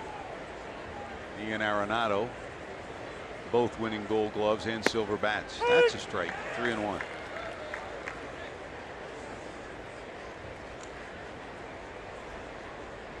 Another one of 7 Reds hitting over 300 with runners in scoring position.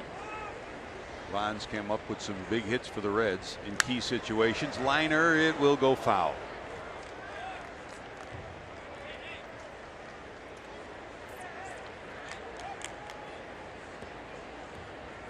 Great to watch Ivan mature and grow. I mean, the apple doesn't fall far from the tree. His dad was a great teammate, an outstanding player, and made every team he was on better on the field and off the field. And this young man just continues to try to be the best teammate he can. That one locks him up, though. A breaking ball clips the corner on the inside, and for the 3rd time tonight, Brian Price is starting to bark from the dugout. He has already questioned 3 calls, and this one will get him up at the top step. That's high. The one thing that you do see, although our Fox Tracks has it at the very top of the strike zone, I think that part of the zone is off. But if one thing you do see from the dugout is north and south. You can't tell if a ball is inside or outside, but you've got a really good look at the height, maybe even better than the home plate umpire. So instead of first and second, nobody out. There's 1 out and the runner's on second. Here's Cabrera.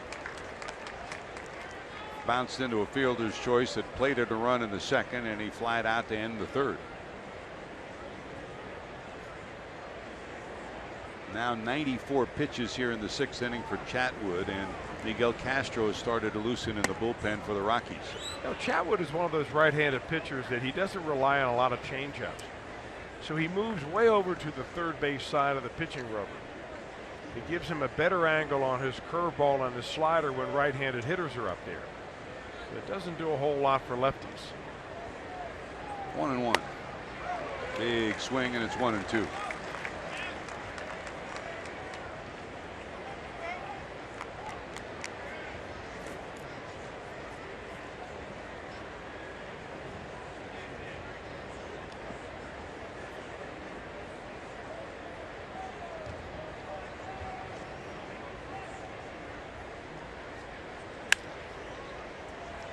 Stays alive, fouling that one down the left field line.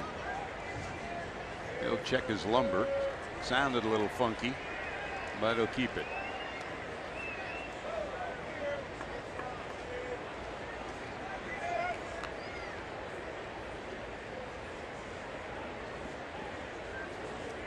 And she'll keep the souvenir.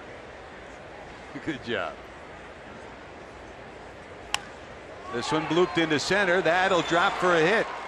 Rounding third, coming to the plate is Suarez. He'll score. The Reds have played add-on. 2 runs batted in for Ramon Cabrera tonight, and the Reds lead at 5-1. Good at bat for the diminutive catcher, Chris. You know, he's got a nice swing, just a nice compact swing. He doesn't like to do too much with the ball, and you know, he's not. You used to call him diminutive, short arms too. Those guys are hard to pitch up in the strike zone and get them out. You got to keep the ball down on them. He gets the ball up like that, and he usually puts a nice solid swing on it.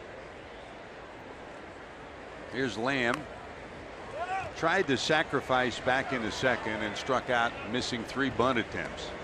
Bounced to short next time up. Billy Hatcher in the third base box, and as usual down at first for the Reds, Freddie Benavides.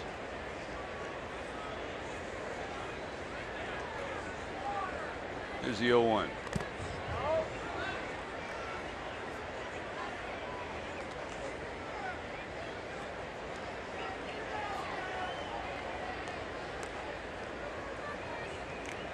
I think John may be just a little bit too far away from the plate.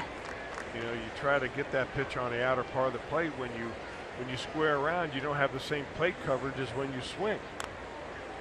And you jab at it and you foul it off. Second time tonight, he's fouled off a third strike for a strikeout. So 2 away. The runner still on first. A reminder, Saturday MLB returns to FS1 when the Rays take on the Twins at 3:30 Eastern. Then on Baseball Night in America, 2 of the best catchers in the National League face off. Buster Posey and the National League West leading Giants are in St. Louis to face Yadi Molina and the Redbirds. That's at 7 Eastern on your local Fox station, or watch it live on Fox Sports Go. That'll be on Fox 19, home in Cincinnati. Here comes Walt. White gives Chatwood a pump. They've seen enough of Zach Cozart, so they don't want to give him another at bat against Cozart. So in comes Castro. Miguel Castro on his way in, and while the pitching change takes place, time for our Skyline Chili call to the bullpen. You're watching Reds baseball on Fox Sports Ohio. App. Get highlights, interviews, injury updates, scores, instant alerts on your favorite teams and rivals. Download it now in the iOS App Store, Google Play, or visit foxsports.com/app. So 2 outs here in the top of the 6th. A base hit by Suarez. Went to second on the error by the right fielder. Scored on Ramon Cabrera's base hit. Has given the Reds a 5-1 lead. Here's Ramon Castro to face Cozart, Chris. Well, a hard-throwing pitcher, no doubt. This guy can dial it up to the high 90s, no problem. But here he just leads off Cozart with a pretty good-looking curveball. Zach, single, double, fly ball to right. After he has sprayed 6 hits around the ballpark off fastballs, he sees 2 breaking balls here.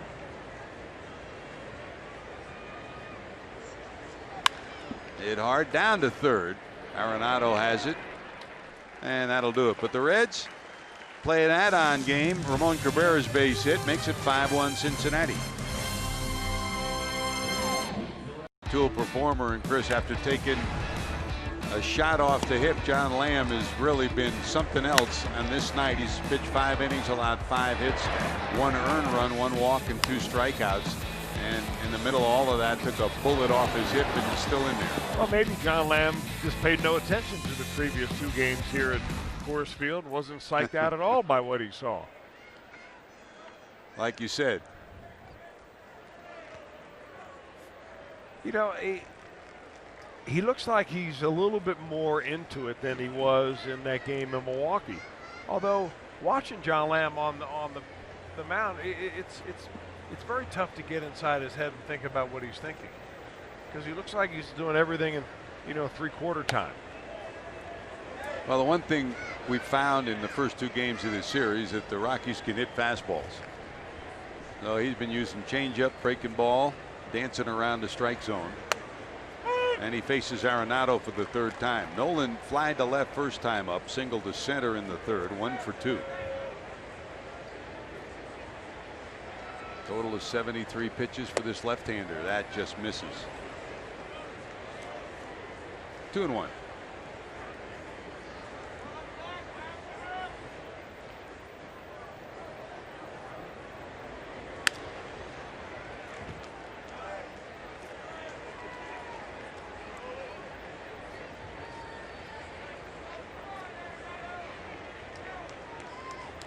Got a gift from the ball boy down by the tarp in left. The Reds fan comes up with the souvenir. Left field, Duvall right there though. Got in on him a little bit, just enough to turn a potential home run into a fly ball. And that's what Lamb has done tonight. He's just missed that sweet spot, either getting a ball on the inner part of the plate, on the outer part of the plate. Has not had all that many ground balls, although the Reds have turned a couple of ground ball double plays behind him. There's Carlos Gonzalez, walked on a 3-2 pitch in the 1st and struck out in the 3rd.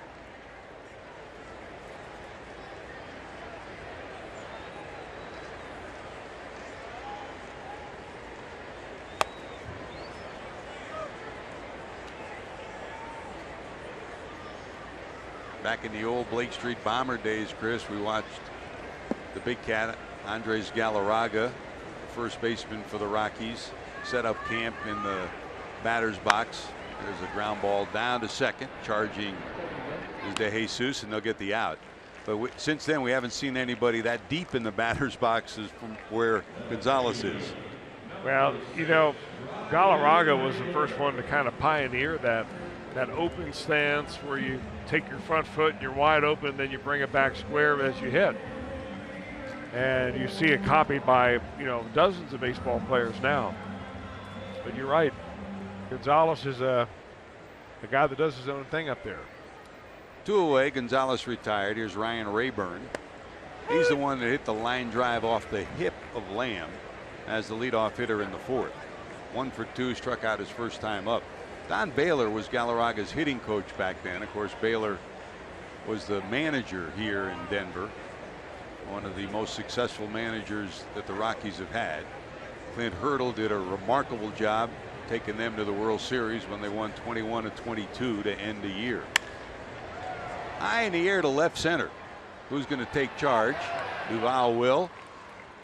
And it's another 1-2-3 for John Lamb. Lamb has it working. The Reds have a lead, 5-1 going to the 7th. The Reds lead at 5-1. Zach Cozart continued his hot hitting early on, led off with a single, later scored on a ground out by Joey Votto. Reds led 1-0.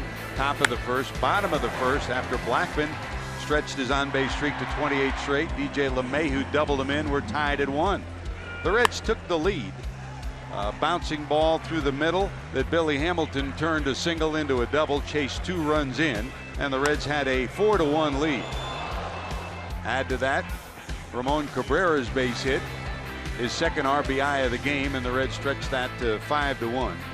So for Ramon Cabrera, Billy Hamilton, and the Reds, they have 5 runs, 8 hits, no errors. Colorado against John Lamb, a run, 5 hits, and 1 error so far tonight. And Chris, your report card on John Lamb thus done far. a great job so far. Anytime you go 6 innings in this ballpark and you hold the Rockies to 1 run, you're doing a good job. In fact, other than when he got hit with that line drive off his hip, there's been no activity at all. They're not even stirring around out there in the Reds bullpen.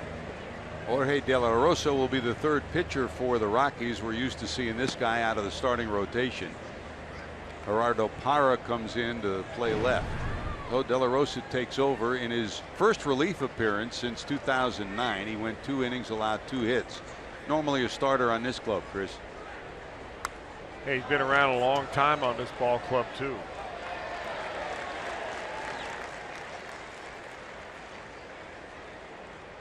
De La Rosa now 35 years old. Originally signed by the Arizona Diamondbacks in 1998.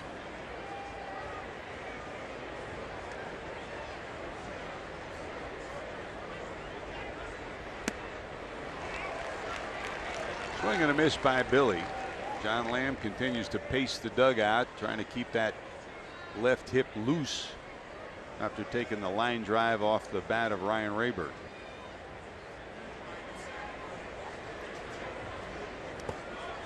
He holds on that. 2 balls and 2 strikes. They're really trying to figure out how to use De La Rosa. Parra goes into left field in the place of Ryan Rayburn. But De La Rosa, you know, is a historic pitcher here in Colorado. He's got more wins as a Colorado Rocky than any other Rocky ever. He's been here for 9 years.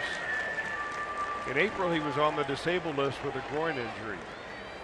And when they brought him back, they realized that, you know, they just not the pitcher that he once was. So they're trying to figure out where the best spot is for using him, and it's likely to be in this type of a role out of the bullpen. And the other part of that story, Chris, is they've got some good young arms coming up in this rotation. He strikes out Hamilton, deals a strike to Votto. Billy had 2 doubles, including 2 runs batted in. Joey knocked in a run on a ground out, walked, and then singled to left in the 5th. That breaking ball misses. Votto 0 for 7 in his matchups with Jorge De La Rosa.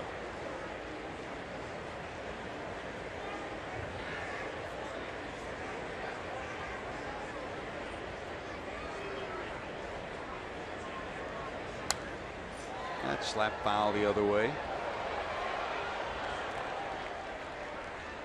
1-2.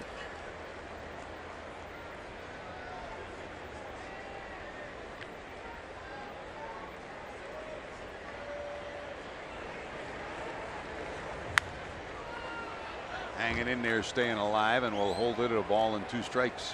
One of the reasons why Joey Votto is such a good hitter against left-handed pitching is his ability to hit that ball the other way. When left-handers use that breaking ball to get left-handed hitters out, that doesn't work as well on Votto. Got him that time, pulled the string on it. Back-to-back strikeouts for De La Rosa, 2 away, and here comes Adam Duvall.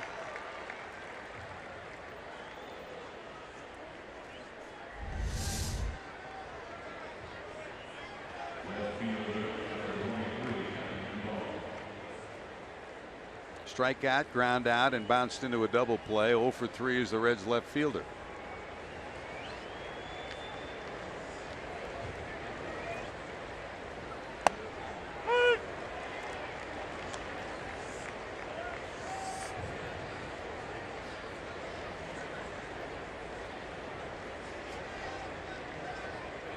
Five runs, 8 hits for the Reds, a run, 5 hits, and an error for the Rockies.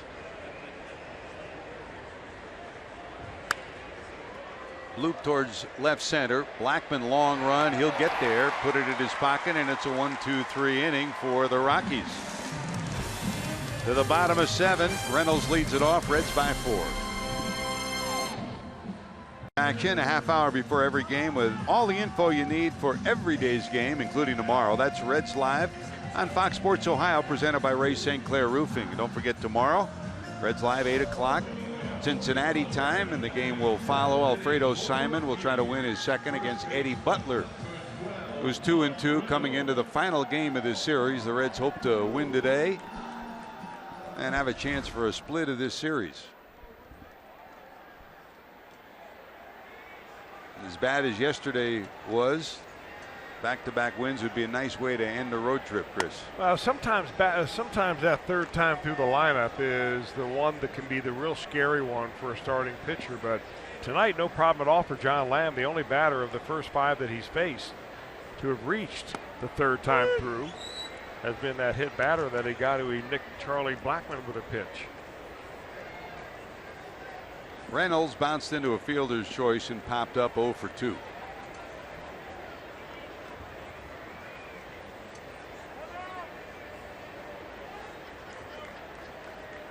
Came up as a third baseman. Had a great year last year with the Cardinals. Played some outstanding defense at first. He's gotten to be pretty adept as a first baseman. Always got home run power. Boy, he shortens his swing there.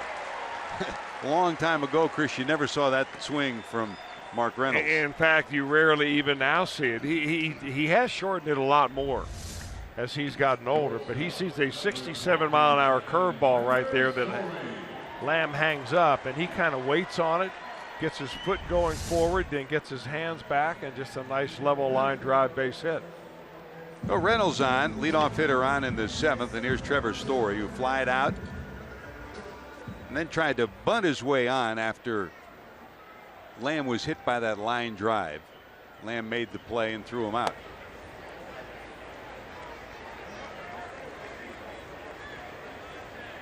Got to keep a really close eye on John Lamb. I'm sure the Reds already have some activity in their bullpen. Looks like Ross Ollendorf throwing out there.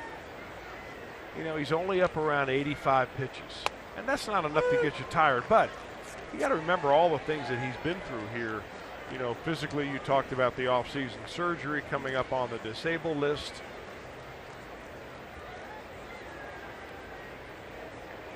Six innings at Coors Field, like 9 innings elsewhere. You're not kidding. Mentally and physically. Yeah, that's what I mean, the mental part especially. 2 balls, 1 strike.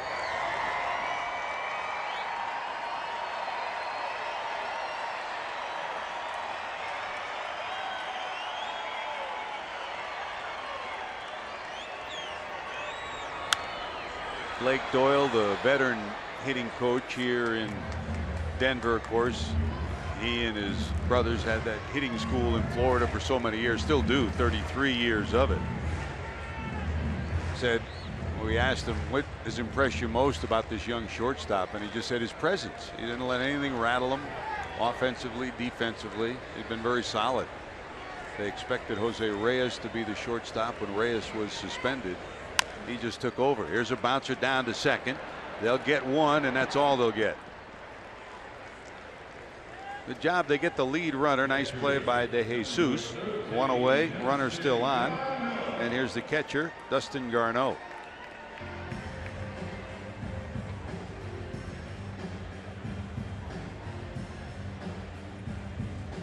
Six and a third. That's a big number for number 47 because it's the longest outing of his career, Chris. Another notch in his belt. Trying to keep it right where it is here. Facing Garneau, who lined out and bounced out 0 for 2. Blake Wood up and loosening in the Reds bullpen.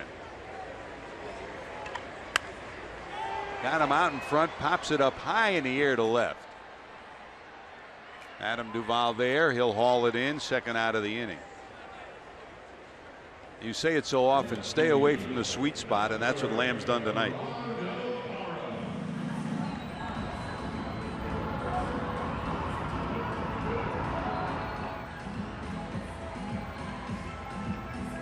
Here's Parra hitting in the 9th spot. First at bat against Lamb.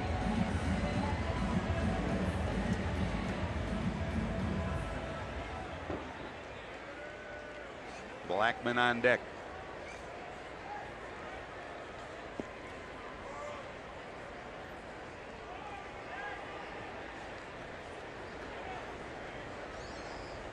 Parra, another one of these Rockies players who was originally signed in Arizona. Grew up and played on the same team at one point with Carlos Gonzalez in his native Venezuela. And he's added a new wrinkle to this clubhouse, a spark plug kind of a player, solid defender. He's been a Gold Glove winner. And offensively, he gives you a spark here or there. That fastball just misses inside. Ball one. He's got kind of an unusual split this year as far as facing left-handers and right-handers. He's hitting better off of lefties than he is righties. He's another guy that'll spray the ball all over the field. Lamb thought he had a strike inside, then a strike outside. Instead, it's 2-0.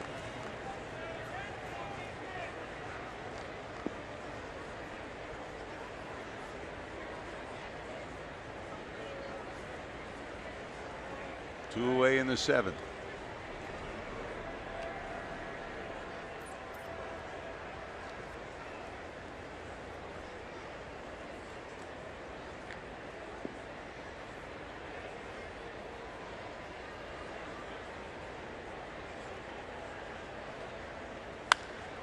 High in the air to center. This is going to stay in the park.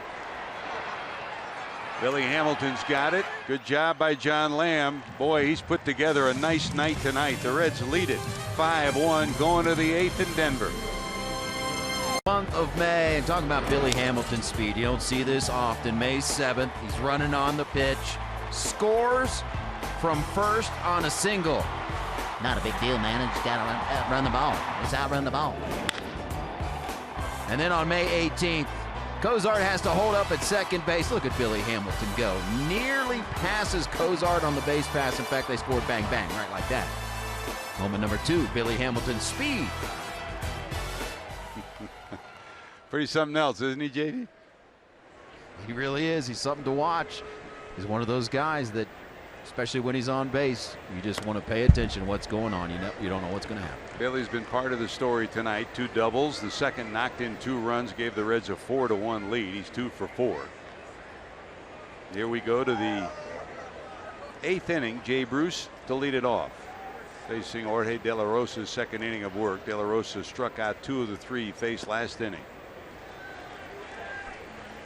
And Walt Weiss trying to pencil him in where the Reds have Votto and Bruce in the lineup to face him. Votto 0 for 7 coming in, retired 0 for 8. Bruce 1 for 11 coming in against this lefty.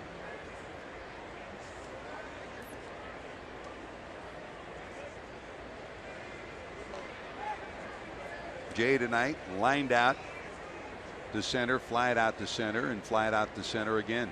0 for 3. Hit the ball pretty good twice. Tardy on that fastball. 2-2. De La Rosa gives you a couple of different moves in his delivery that can really be distracting.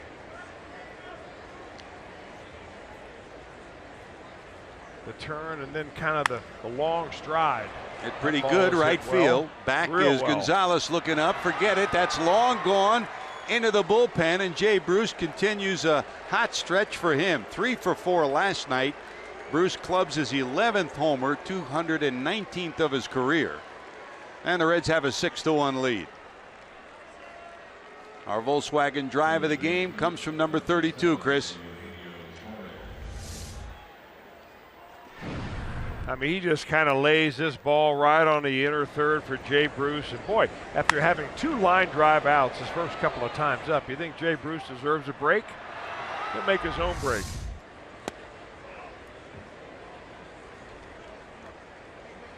He said it last night when he left the ballpark, and somebody congratulated him for being 3 for 4. He said, you know, I can't really enjoy it after we lose a game like that. We got to be better, and they're better tonight. John Lamb has pitched well.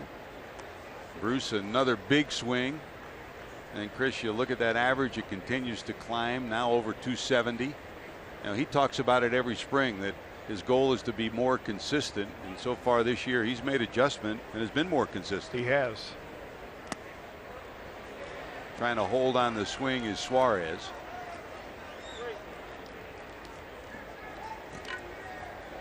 One ball and 2 strikes. Tony Cingrani now up and loosening in the bullpen.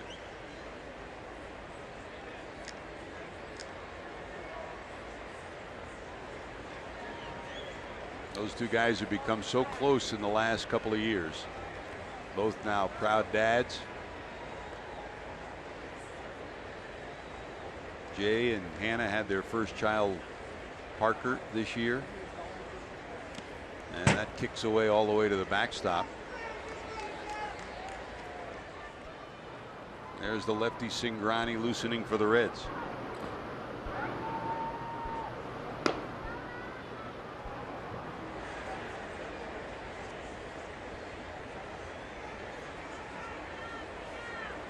Two. Rifle down the third base line, but foul.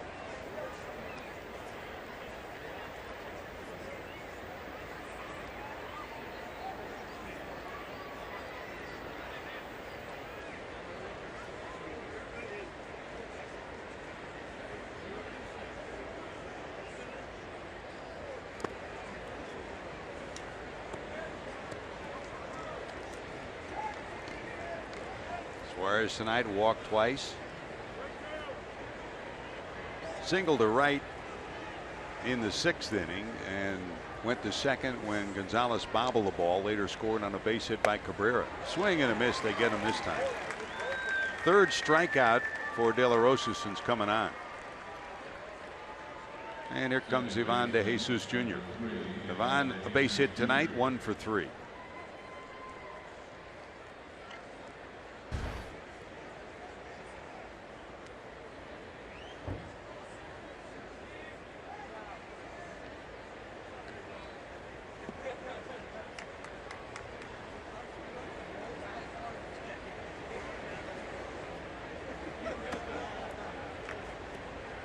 Missing down and in for ball 1.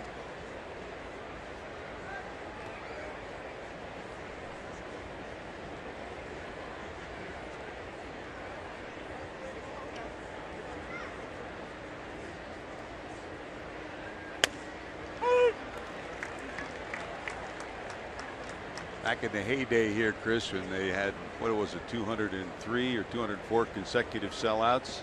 Never was a quiet moment back in those days, huh? Especially this time of the ball game. Yep. Maybe when the opposing team was at the plate.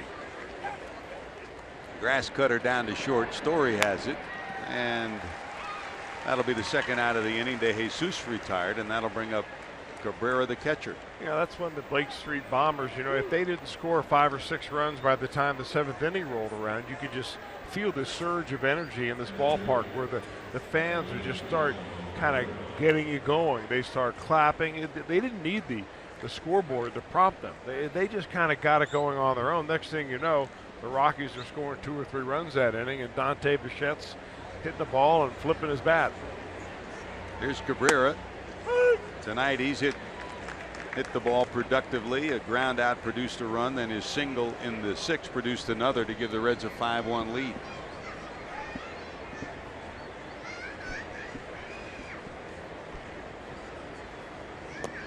Change up way out in front, and it's 0-2. Those early days at Mile High, they drew over 50,000 a game, drew over 4 million the first couple of years.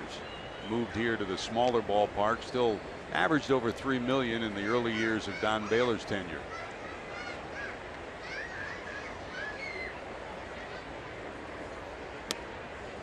Missing on the outside corner. Well, if they start putting a winning team on the field like they did back in those days, they won't have a problem bringing a lot of people in here every day. They've added that rooftop area in right center field that has become the most popular destination. And it's hard to believe, over 20 years now they've been here at Coors Field. And like Great American Ballpark, they continue to add new wrinkles, new destination spots, and in this day and age you just have to do that. Here's the 2-2.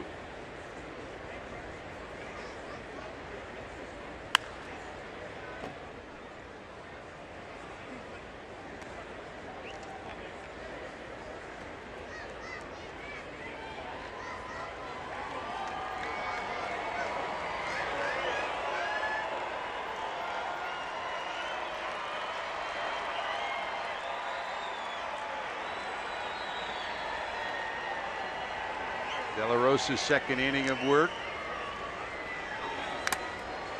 And Cabrera spoils another pretty good pitch.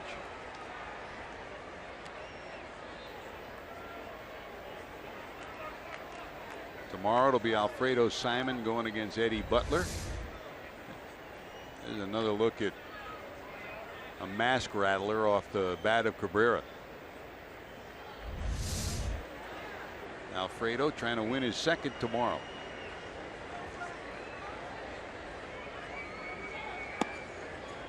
Inside will go full 3-2.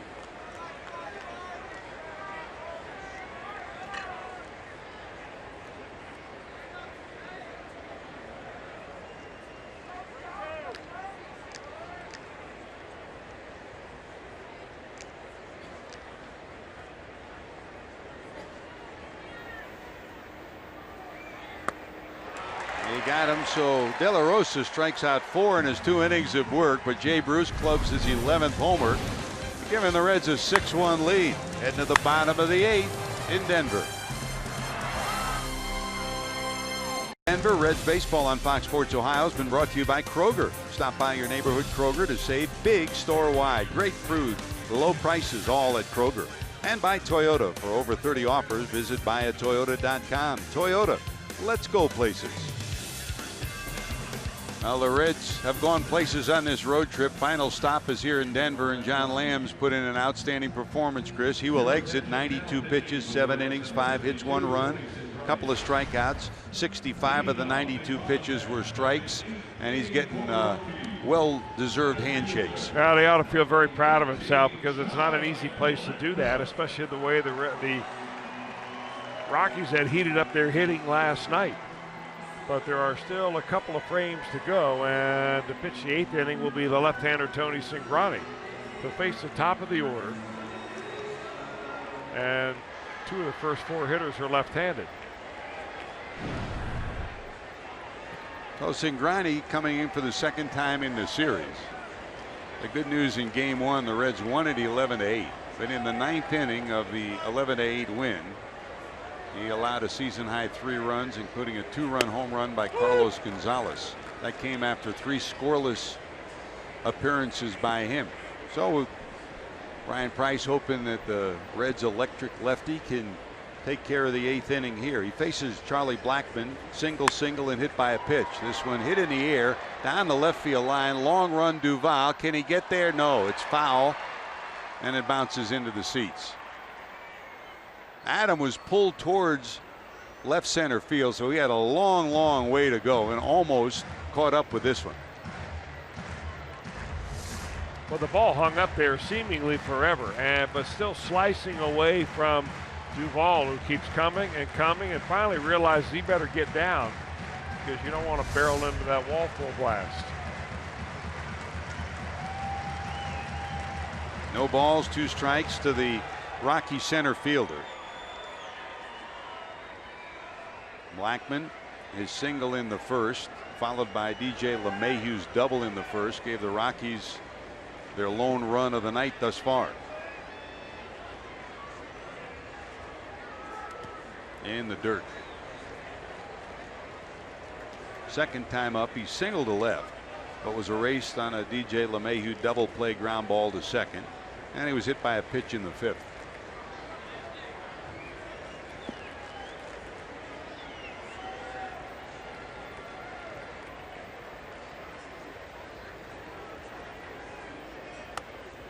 Breaking ball misses inside, and it's 2-2. LeMahieu stretched his hitting streak to 11 straight. He's sitting on deck. He had that run scoring double in the first.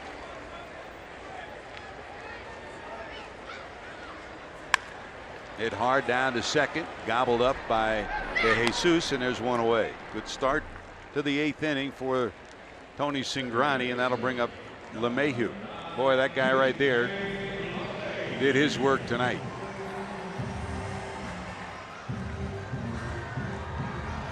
Well, he only allowed 2 base runners to reach second base after the first inning when the Rockies scored the run. LeMahieu hit a double in the second inning, and then Rayburn got to second base in the 4th inning, and that is just about it as far as any kind of Rocky attempt at a rally tonight. LeMahieu, after that double plated the run, has bounced into 2 double plays.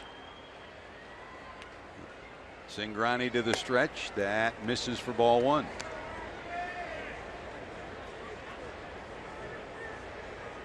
Lefty Blackman, then LeMahieu, Arenado, and then Gonzalez. Missing wide again, 2-0.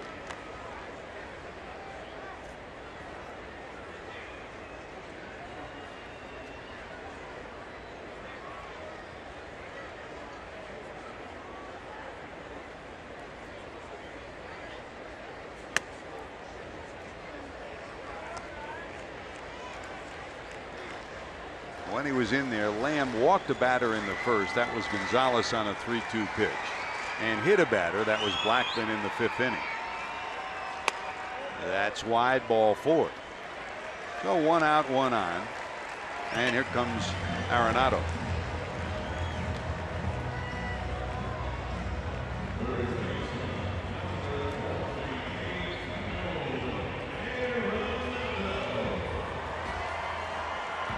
Arenado facing the zinger for only the 2nd time in his career. He's 0 for 1 against him. Arenado 2 home runs last night. So you add it all up on the month of May that he had. He goes into June leading the league with 16 home runs. 1 more than Cespedes of the Mets, Story and Duvall. 3rd and 4th in the league with 14 and 13 round trippers.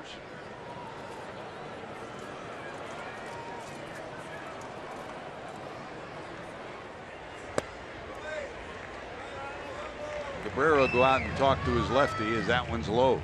You know, it's 1-0. A long ball. We're talking about home runs here with Nolan Arenado tied for Todd Frazier with the lead in the All-American, All Major League Baseball. But it's not home runs in this ball game that you've got to worry about if you're Brian Price right now. It's putting runners on base. It's kind of a prolonged rally where all of a sudden they can put a 5 spot on the board.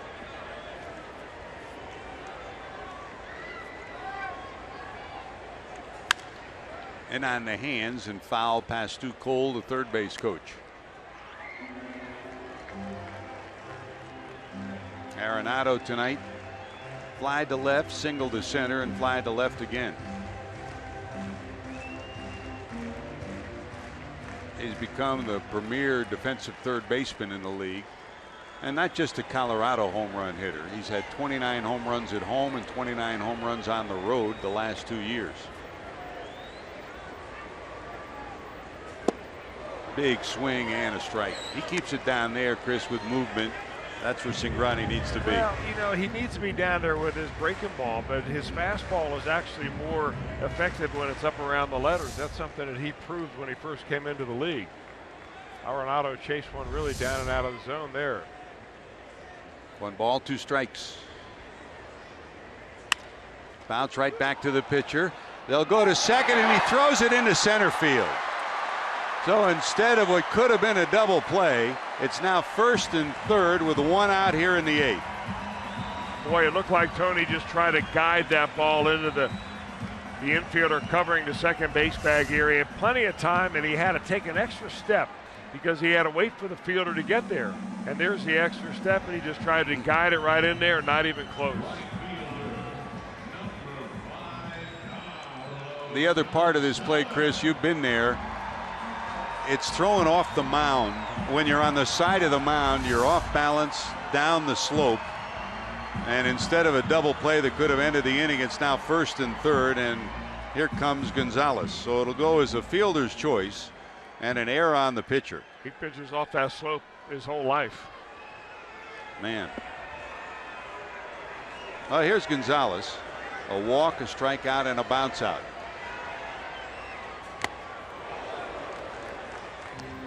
Take another look. I mean, he just doesn't really throw it. He just kind of guides it right there.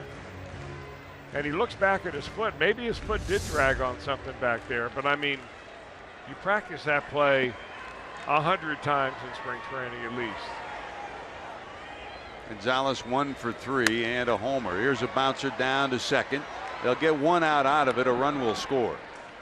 There's your second out of the inning. The Reds looking for outs right here. They get Gonzalez. So a runner moves to second, a run scores, and it's now 6-2. And that'll bring up the pitcher spot, the number 5 spot in the order. And Daniel Descalzo will come in to pinch hit.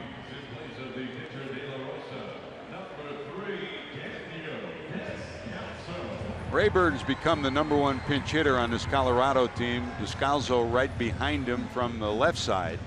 And as Reds fans will know, for years he's always been a pesky hitter, good short swing, and in key situations been an effective pinch hitter. Though Cingrani trying to garner the final out of the 8th inning.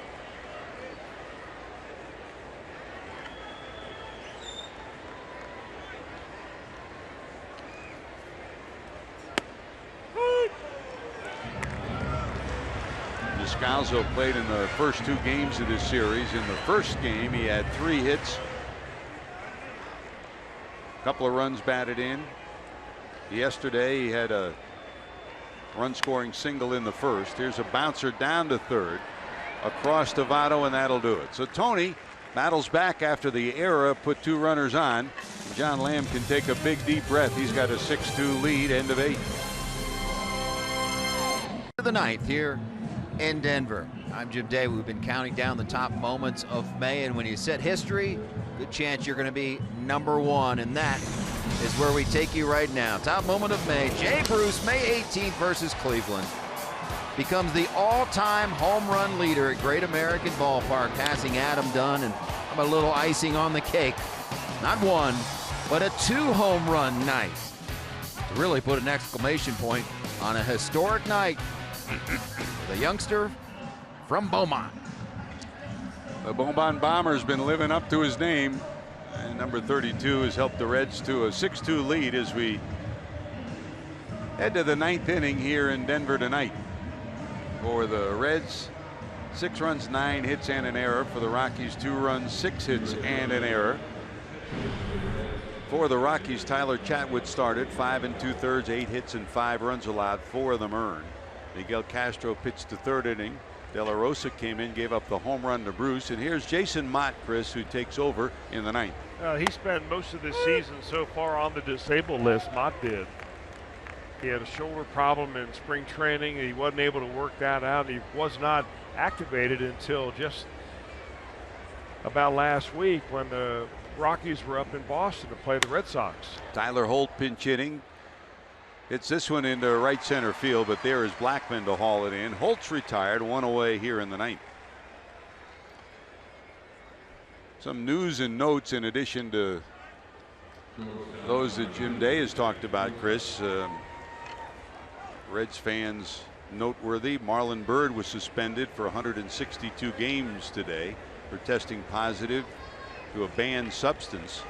He was suspended back in 2012 in a similar instance, this time a second offense. He's suspended for a complete year, 162 games. That starts immediately. So the former Red, now Cleveland Indian, suspended for a year. That might be all she wrote for Marlon Byrd. Yeah, 38 years of age now.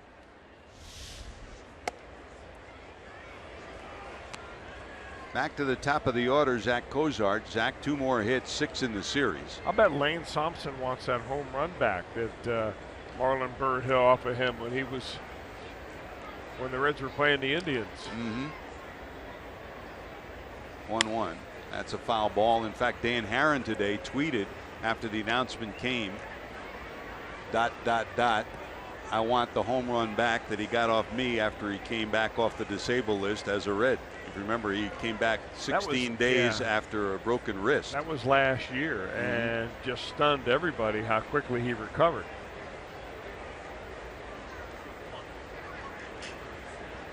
He has a major motivation. 1 ball, 2 strikes. Cozart fouls it off.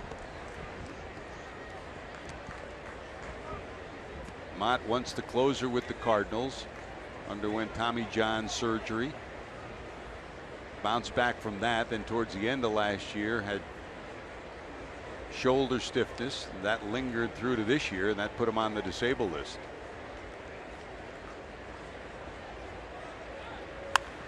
Rip but foul. Now we've seen a lot of jerseys under your uniform, but look at the one that Mott's wearing tonight, Chris. I mean, it comes down over his thumb. If you look at the left hand, not the pitching hand, the glove hand, it actually overlaps his thumb.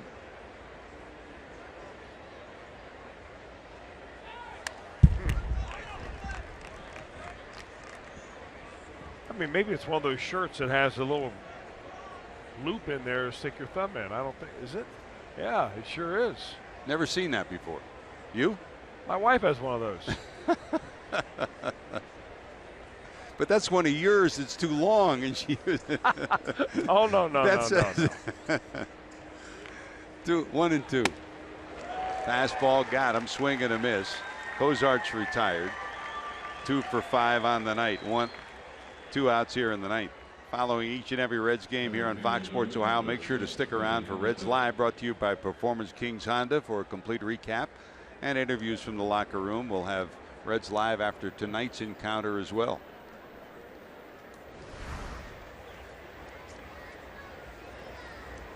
There's Billy Hamilton.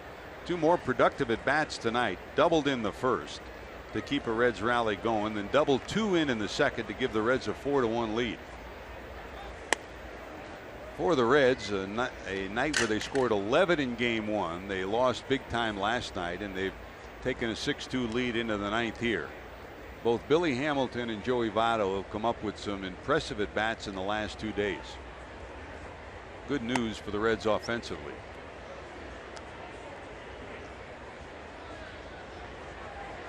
Ross Ohlendorf loosening in the bullpen. He is the man Brian Price has designated to try to close this one out in the ninth. Hit hard down to the right side, into right, base hit for Billy. So Hamilton, 3 hits, 3 for 5. Good night for him, Chris. Well, really a good night for him, and it's been getting better and better for Billy over the last few weeks. He just seems so much calmer and more in control when he's in the batter's box. I wonder if he may want to steal on this very first pitch. Votto give him an opportunity to do so. Votto tonight bounced out. That play to the Reds' first run. Walk, single to left, and then struck out against De La Rosa. Billy's still putting the glove on as he inches off first. Mott to the stretch, peering in for his sign, and Votto will step out.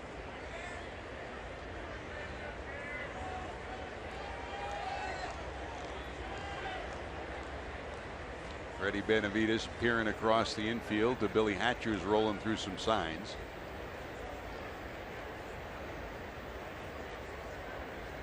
Billy now, his eyes peering right at Mott.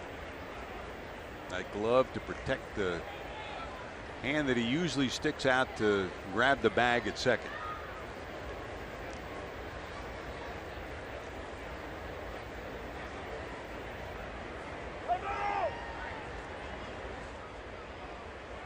Now, Joe Morgan always said it, steal early in the count, get it done, first couple of pitches. Well, I mean, that is if you get the cooperation of the hitter, and at this point in the ball game, you don't know if that's going to happen or not. But I really like that philosophy of going early in the count. Reynolds just gets a glove on that. Yeah, it looks like Mott slipped with his feet as he tried to make that turn and throw to first base. Well, the way he sets up now, and this has changed since his days in St. Louis, he sets up way on the third base side, and his body turned more than it was earlier in his career.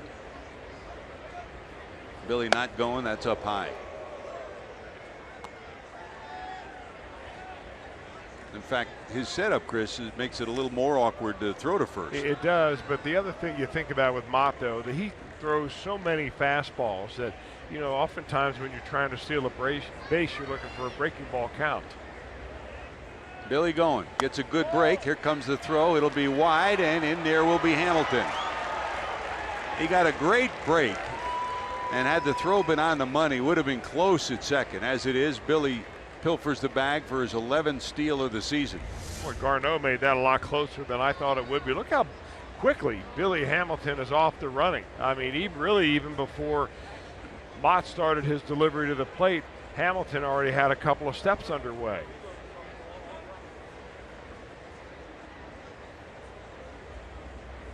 So Billy in scoring position with an insurance run in the 6-2 game.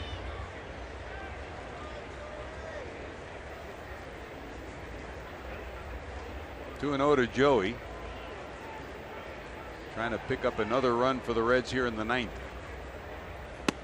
That's wide.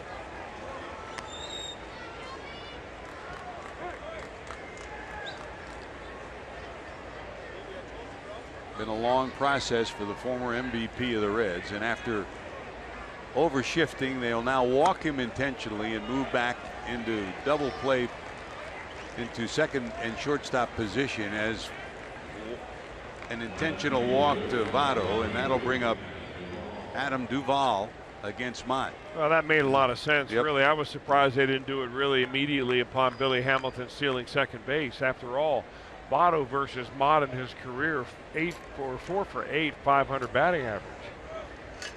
He's only faced Duvall once.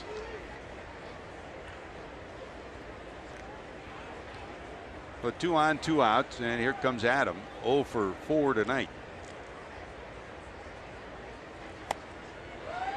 A swing and a miss for strike 1.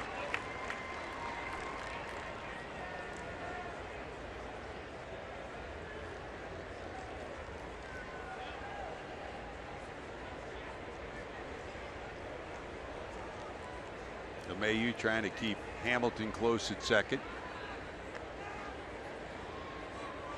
There go the runners. Here comes the throw. It'll go to second, and it will be kicked away, and Hamilton's going to keep going, and he'll score. Well, sometimes speed steals a base. Sometimes it sets the stage for a run, and Billy did it there. He stole second, stole third, and scores as the ball squirts out of the glove, and Votto's safe at second. Well, watch Billy. He doesn't stop. It's a smart thing really here for the Rockies to go after Joey Votto at second base, because they're not going to get Billy Hamilton. But when that ball gets away, you've got to be very aware of where Hamilton is. And the Reds get the one back that the Rockies got in the bottom of the inning. The 12 stolen bases for Hamilton now gives the Reds that run back. They lead by 5 again, 7-2, and Votto's out at second.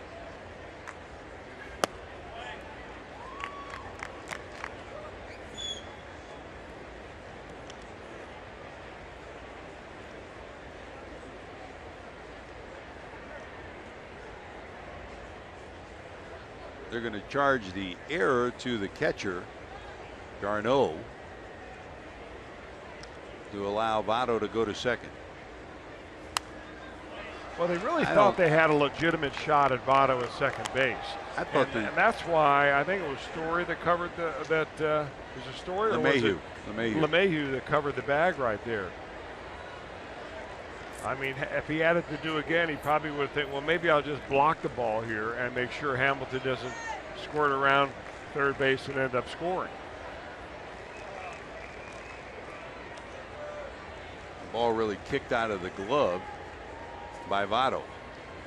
2-2.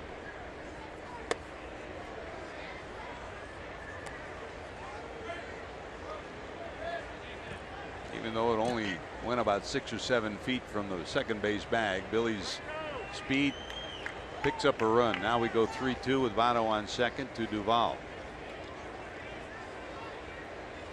So Votto will get credited with a stolen base. So will Hamilton. And there's strike 3. Man, it's been that kind of a night, but it's also been a good night for the Reds. Here comes Ross Hollendorf to try to nail it down in the 9th. Days this season at Great American Ballpark. Saturday, June the 11th, the first 25,000 fans will receive a Reds Garden Gnome thanks to Miracle Grow. Catch all the action June the 11th for only $12. For tickets, call 513-381-REDS or visit reds.com. Busy month of June for the Reds at home.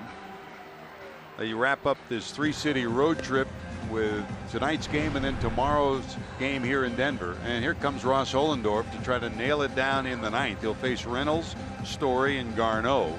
6, 7, and 8. Ross will make his 23rd appearance. He's given the Reds some solid veteran presence in a bullpen that's been like a revolving door with a whole lot of young players coming up. Holt stays in the game. He goes to left. Ollendorf comes in to pitch. And we go to the ninth. The Reds 7 runs, 10 hits, and an error. 2, 6, and 2 for the Rockies. Here's Reynolds in his career against Ollendorf. He's 1 for 4.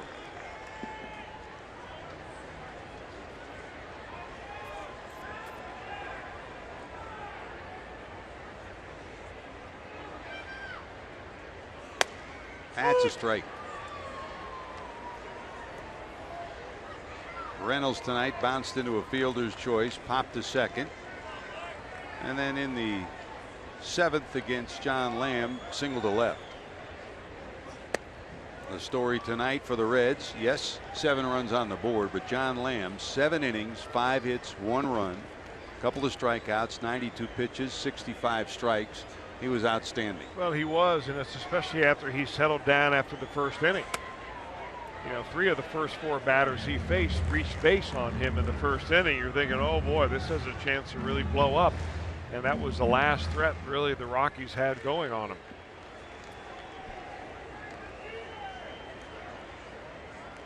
Two and 1.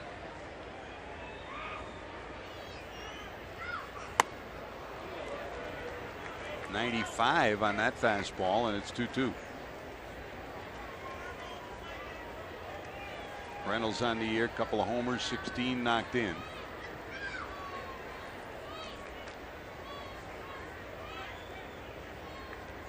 Cabrera sets up, down and away. Center field, Billy's there. He'll squeeze it for the first out of the ninth.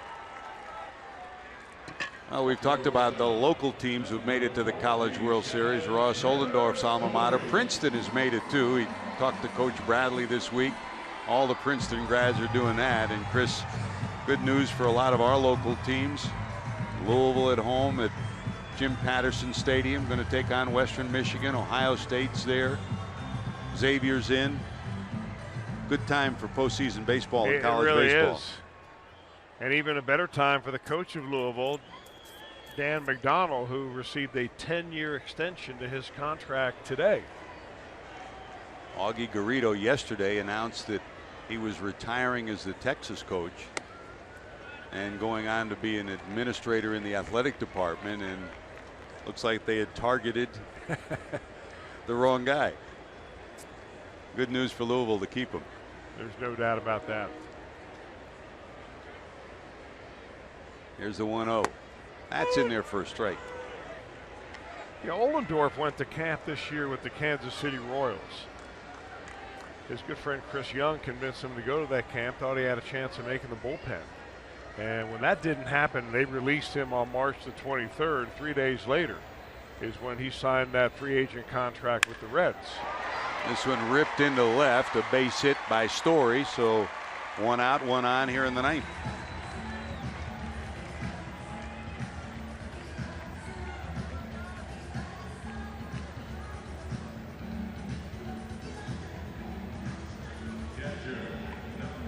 Dustin Garneau will come in, hitting in the 8th spot in the lineup. And with the double switch that went on, Parra is hitting 9th in the lineup here in the 9th inning. So he's on deck.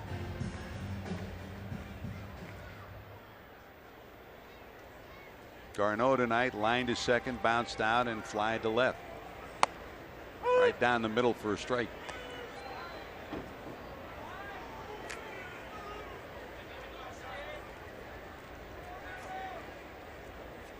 Votto playing behind a runner down at first.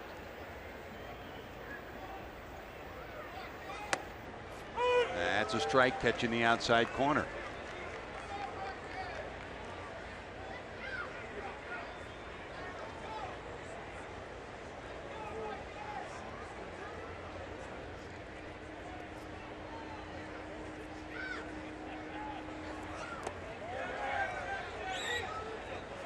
already completed in the National League.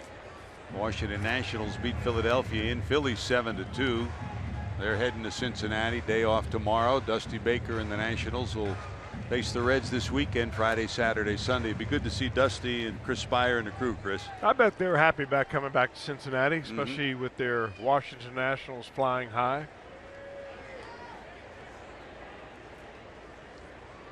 Here's the 1-2, runner going, and slap foul. Dusty has breathed new life into the Nationals this year. Outstanding pitching rotation that will have Gio Gonzalez going on Friday against Brandon Finnegan. And Dan Straley goes against Steven Strasburg on Saturday, and John Moscott scheduled to go against Tanner Rourke on Sunday. Runner going again. That's a swing and a miss. The Reds want outs now, and that's what they've got. So no stolen bases. They weren't holding him on. There's your second out of the inning.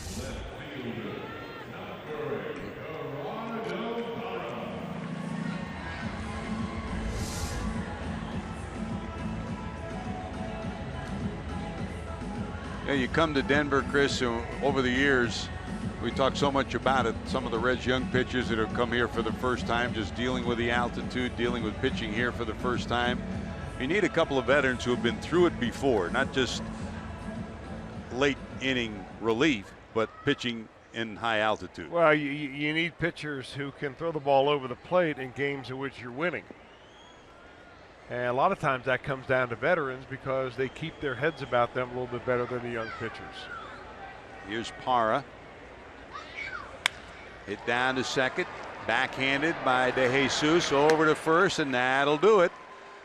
Well, one day later, we talk about it. The great news for baseball fans is you can lose on one day big time and come back and look good the next day. They'll embrace in center field, will the Reds. Ross Ollendorf will nail this one down.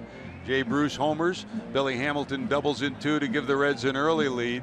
And the end result, Brian Price gets to shake some hands of his coaches as the Reds have won Game 3 of this series. They've taken 2 of the first 3.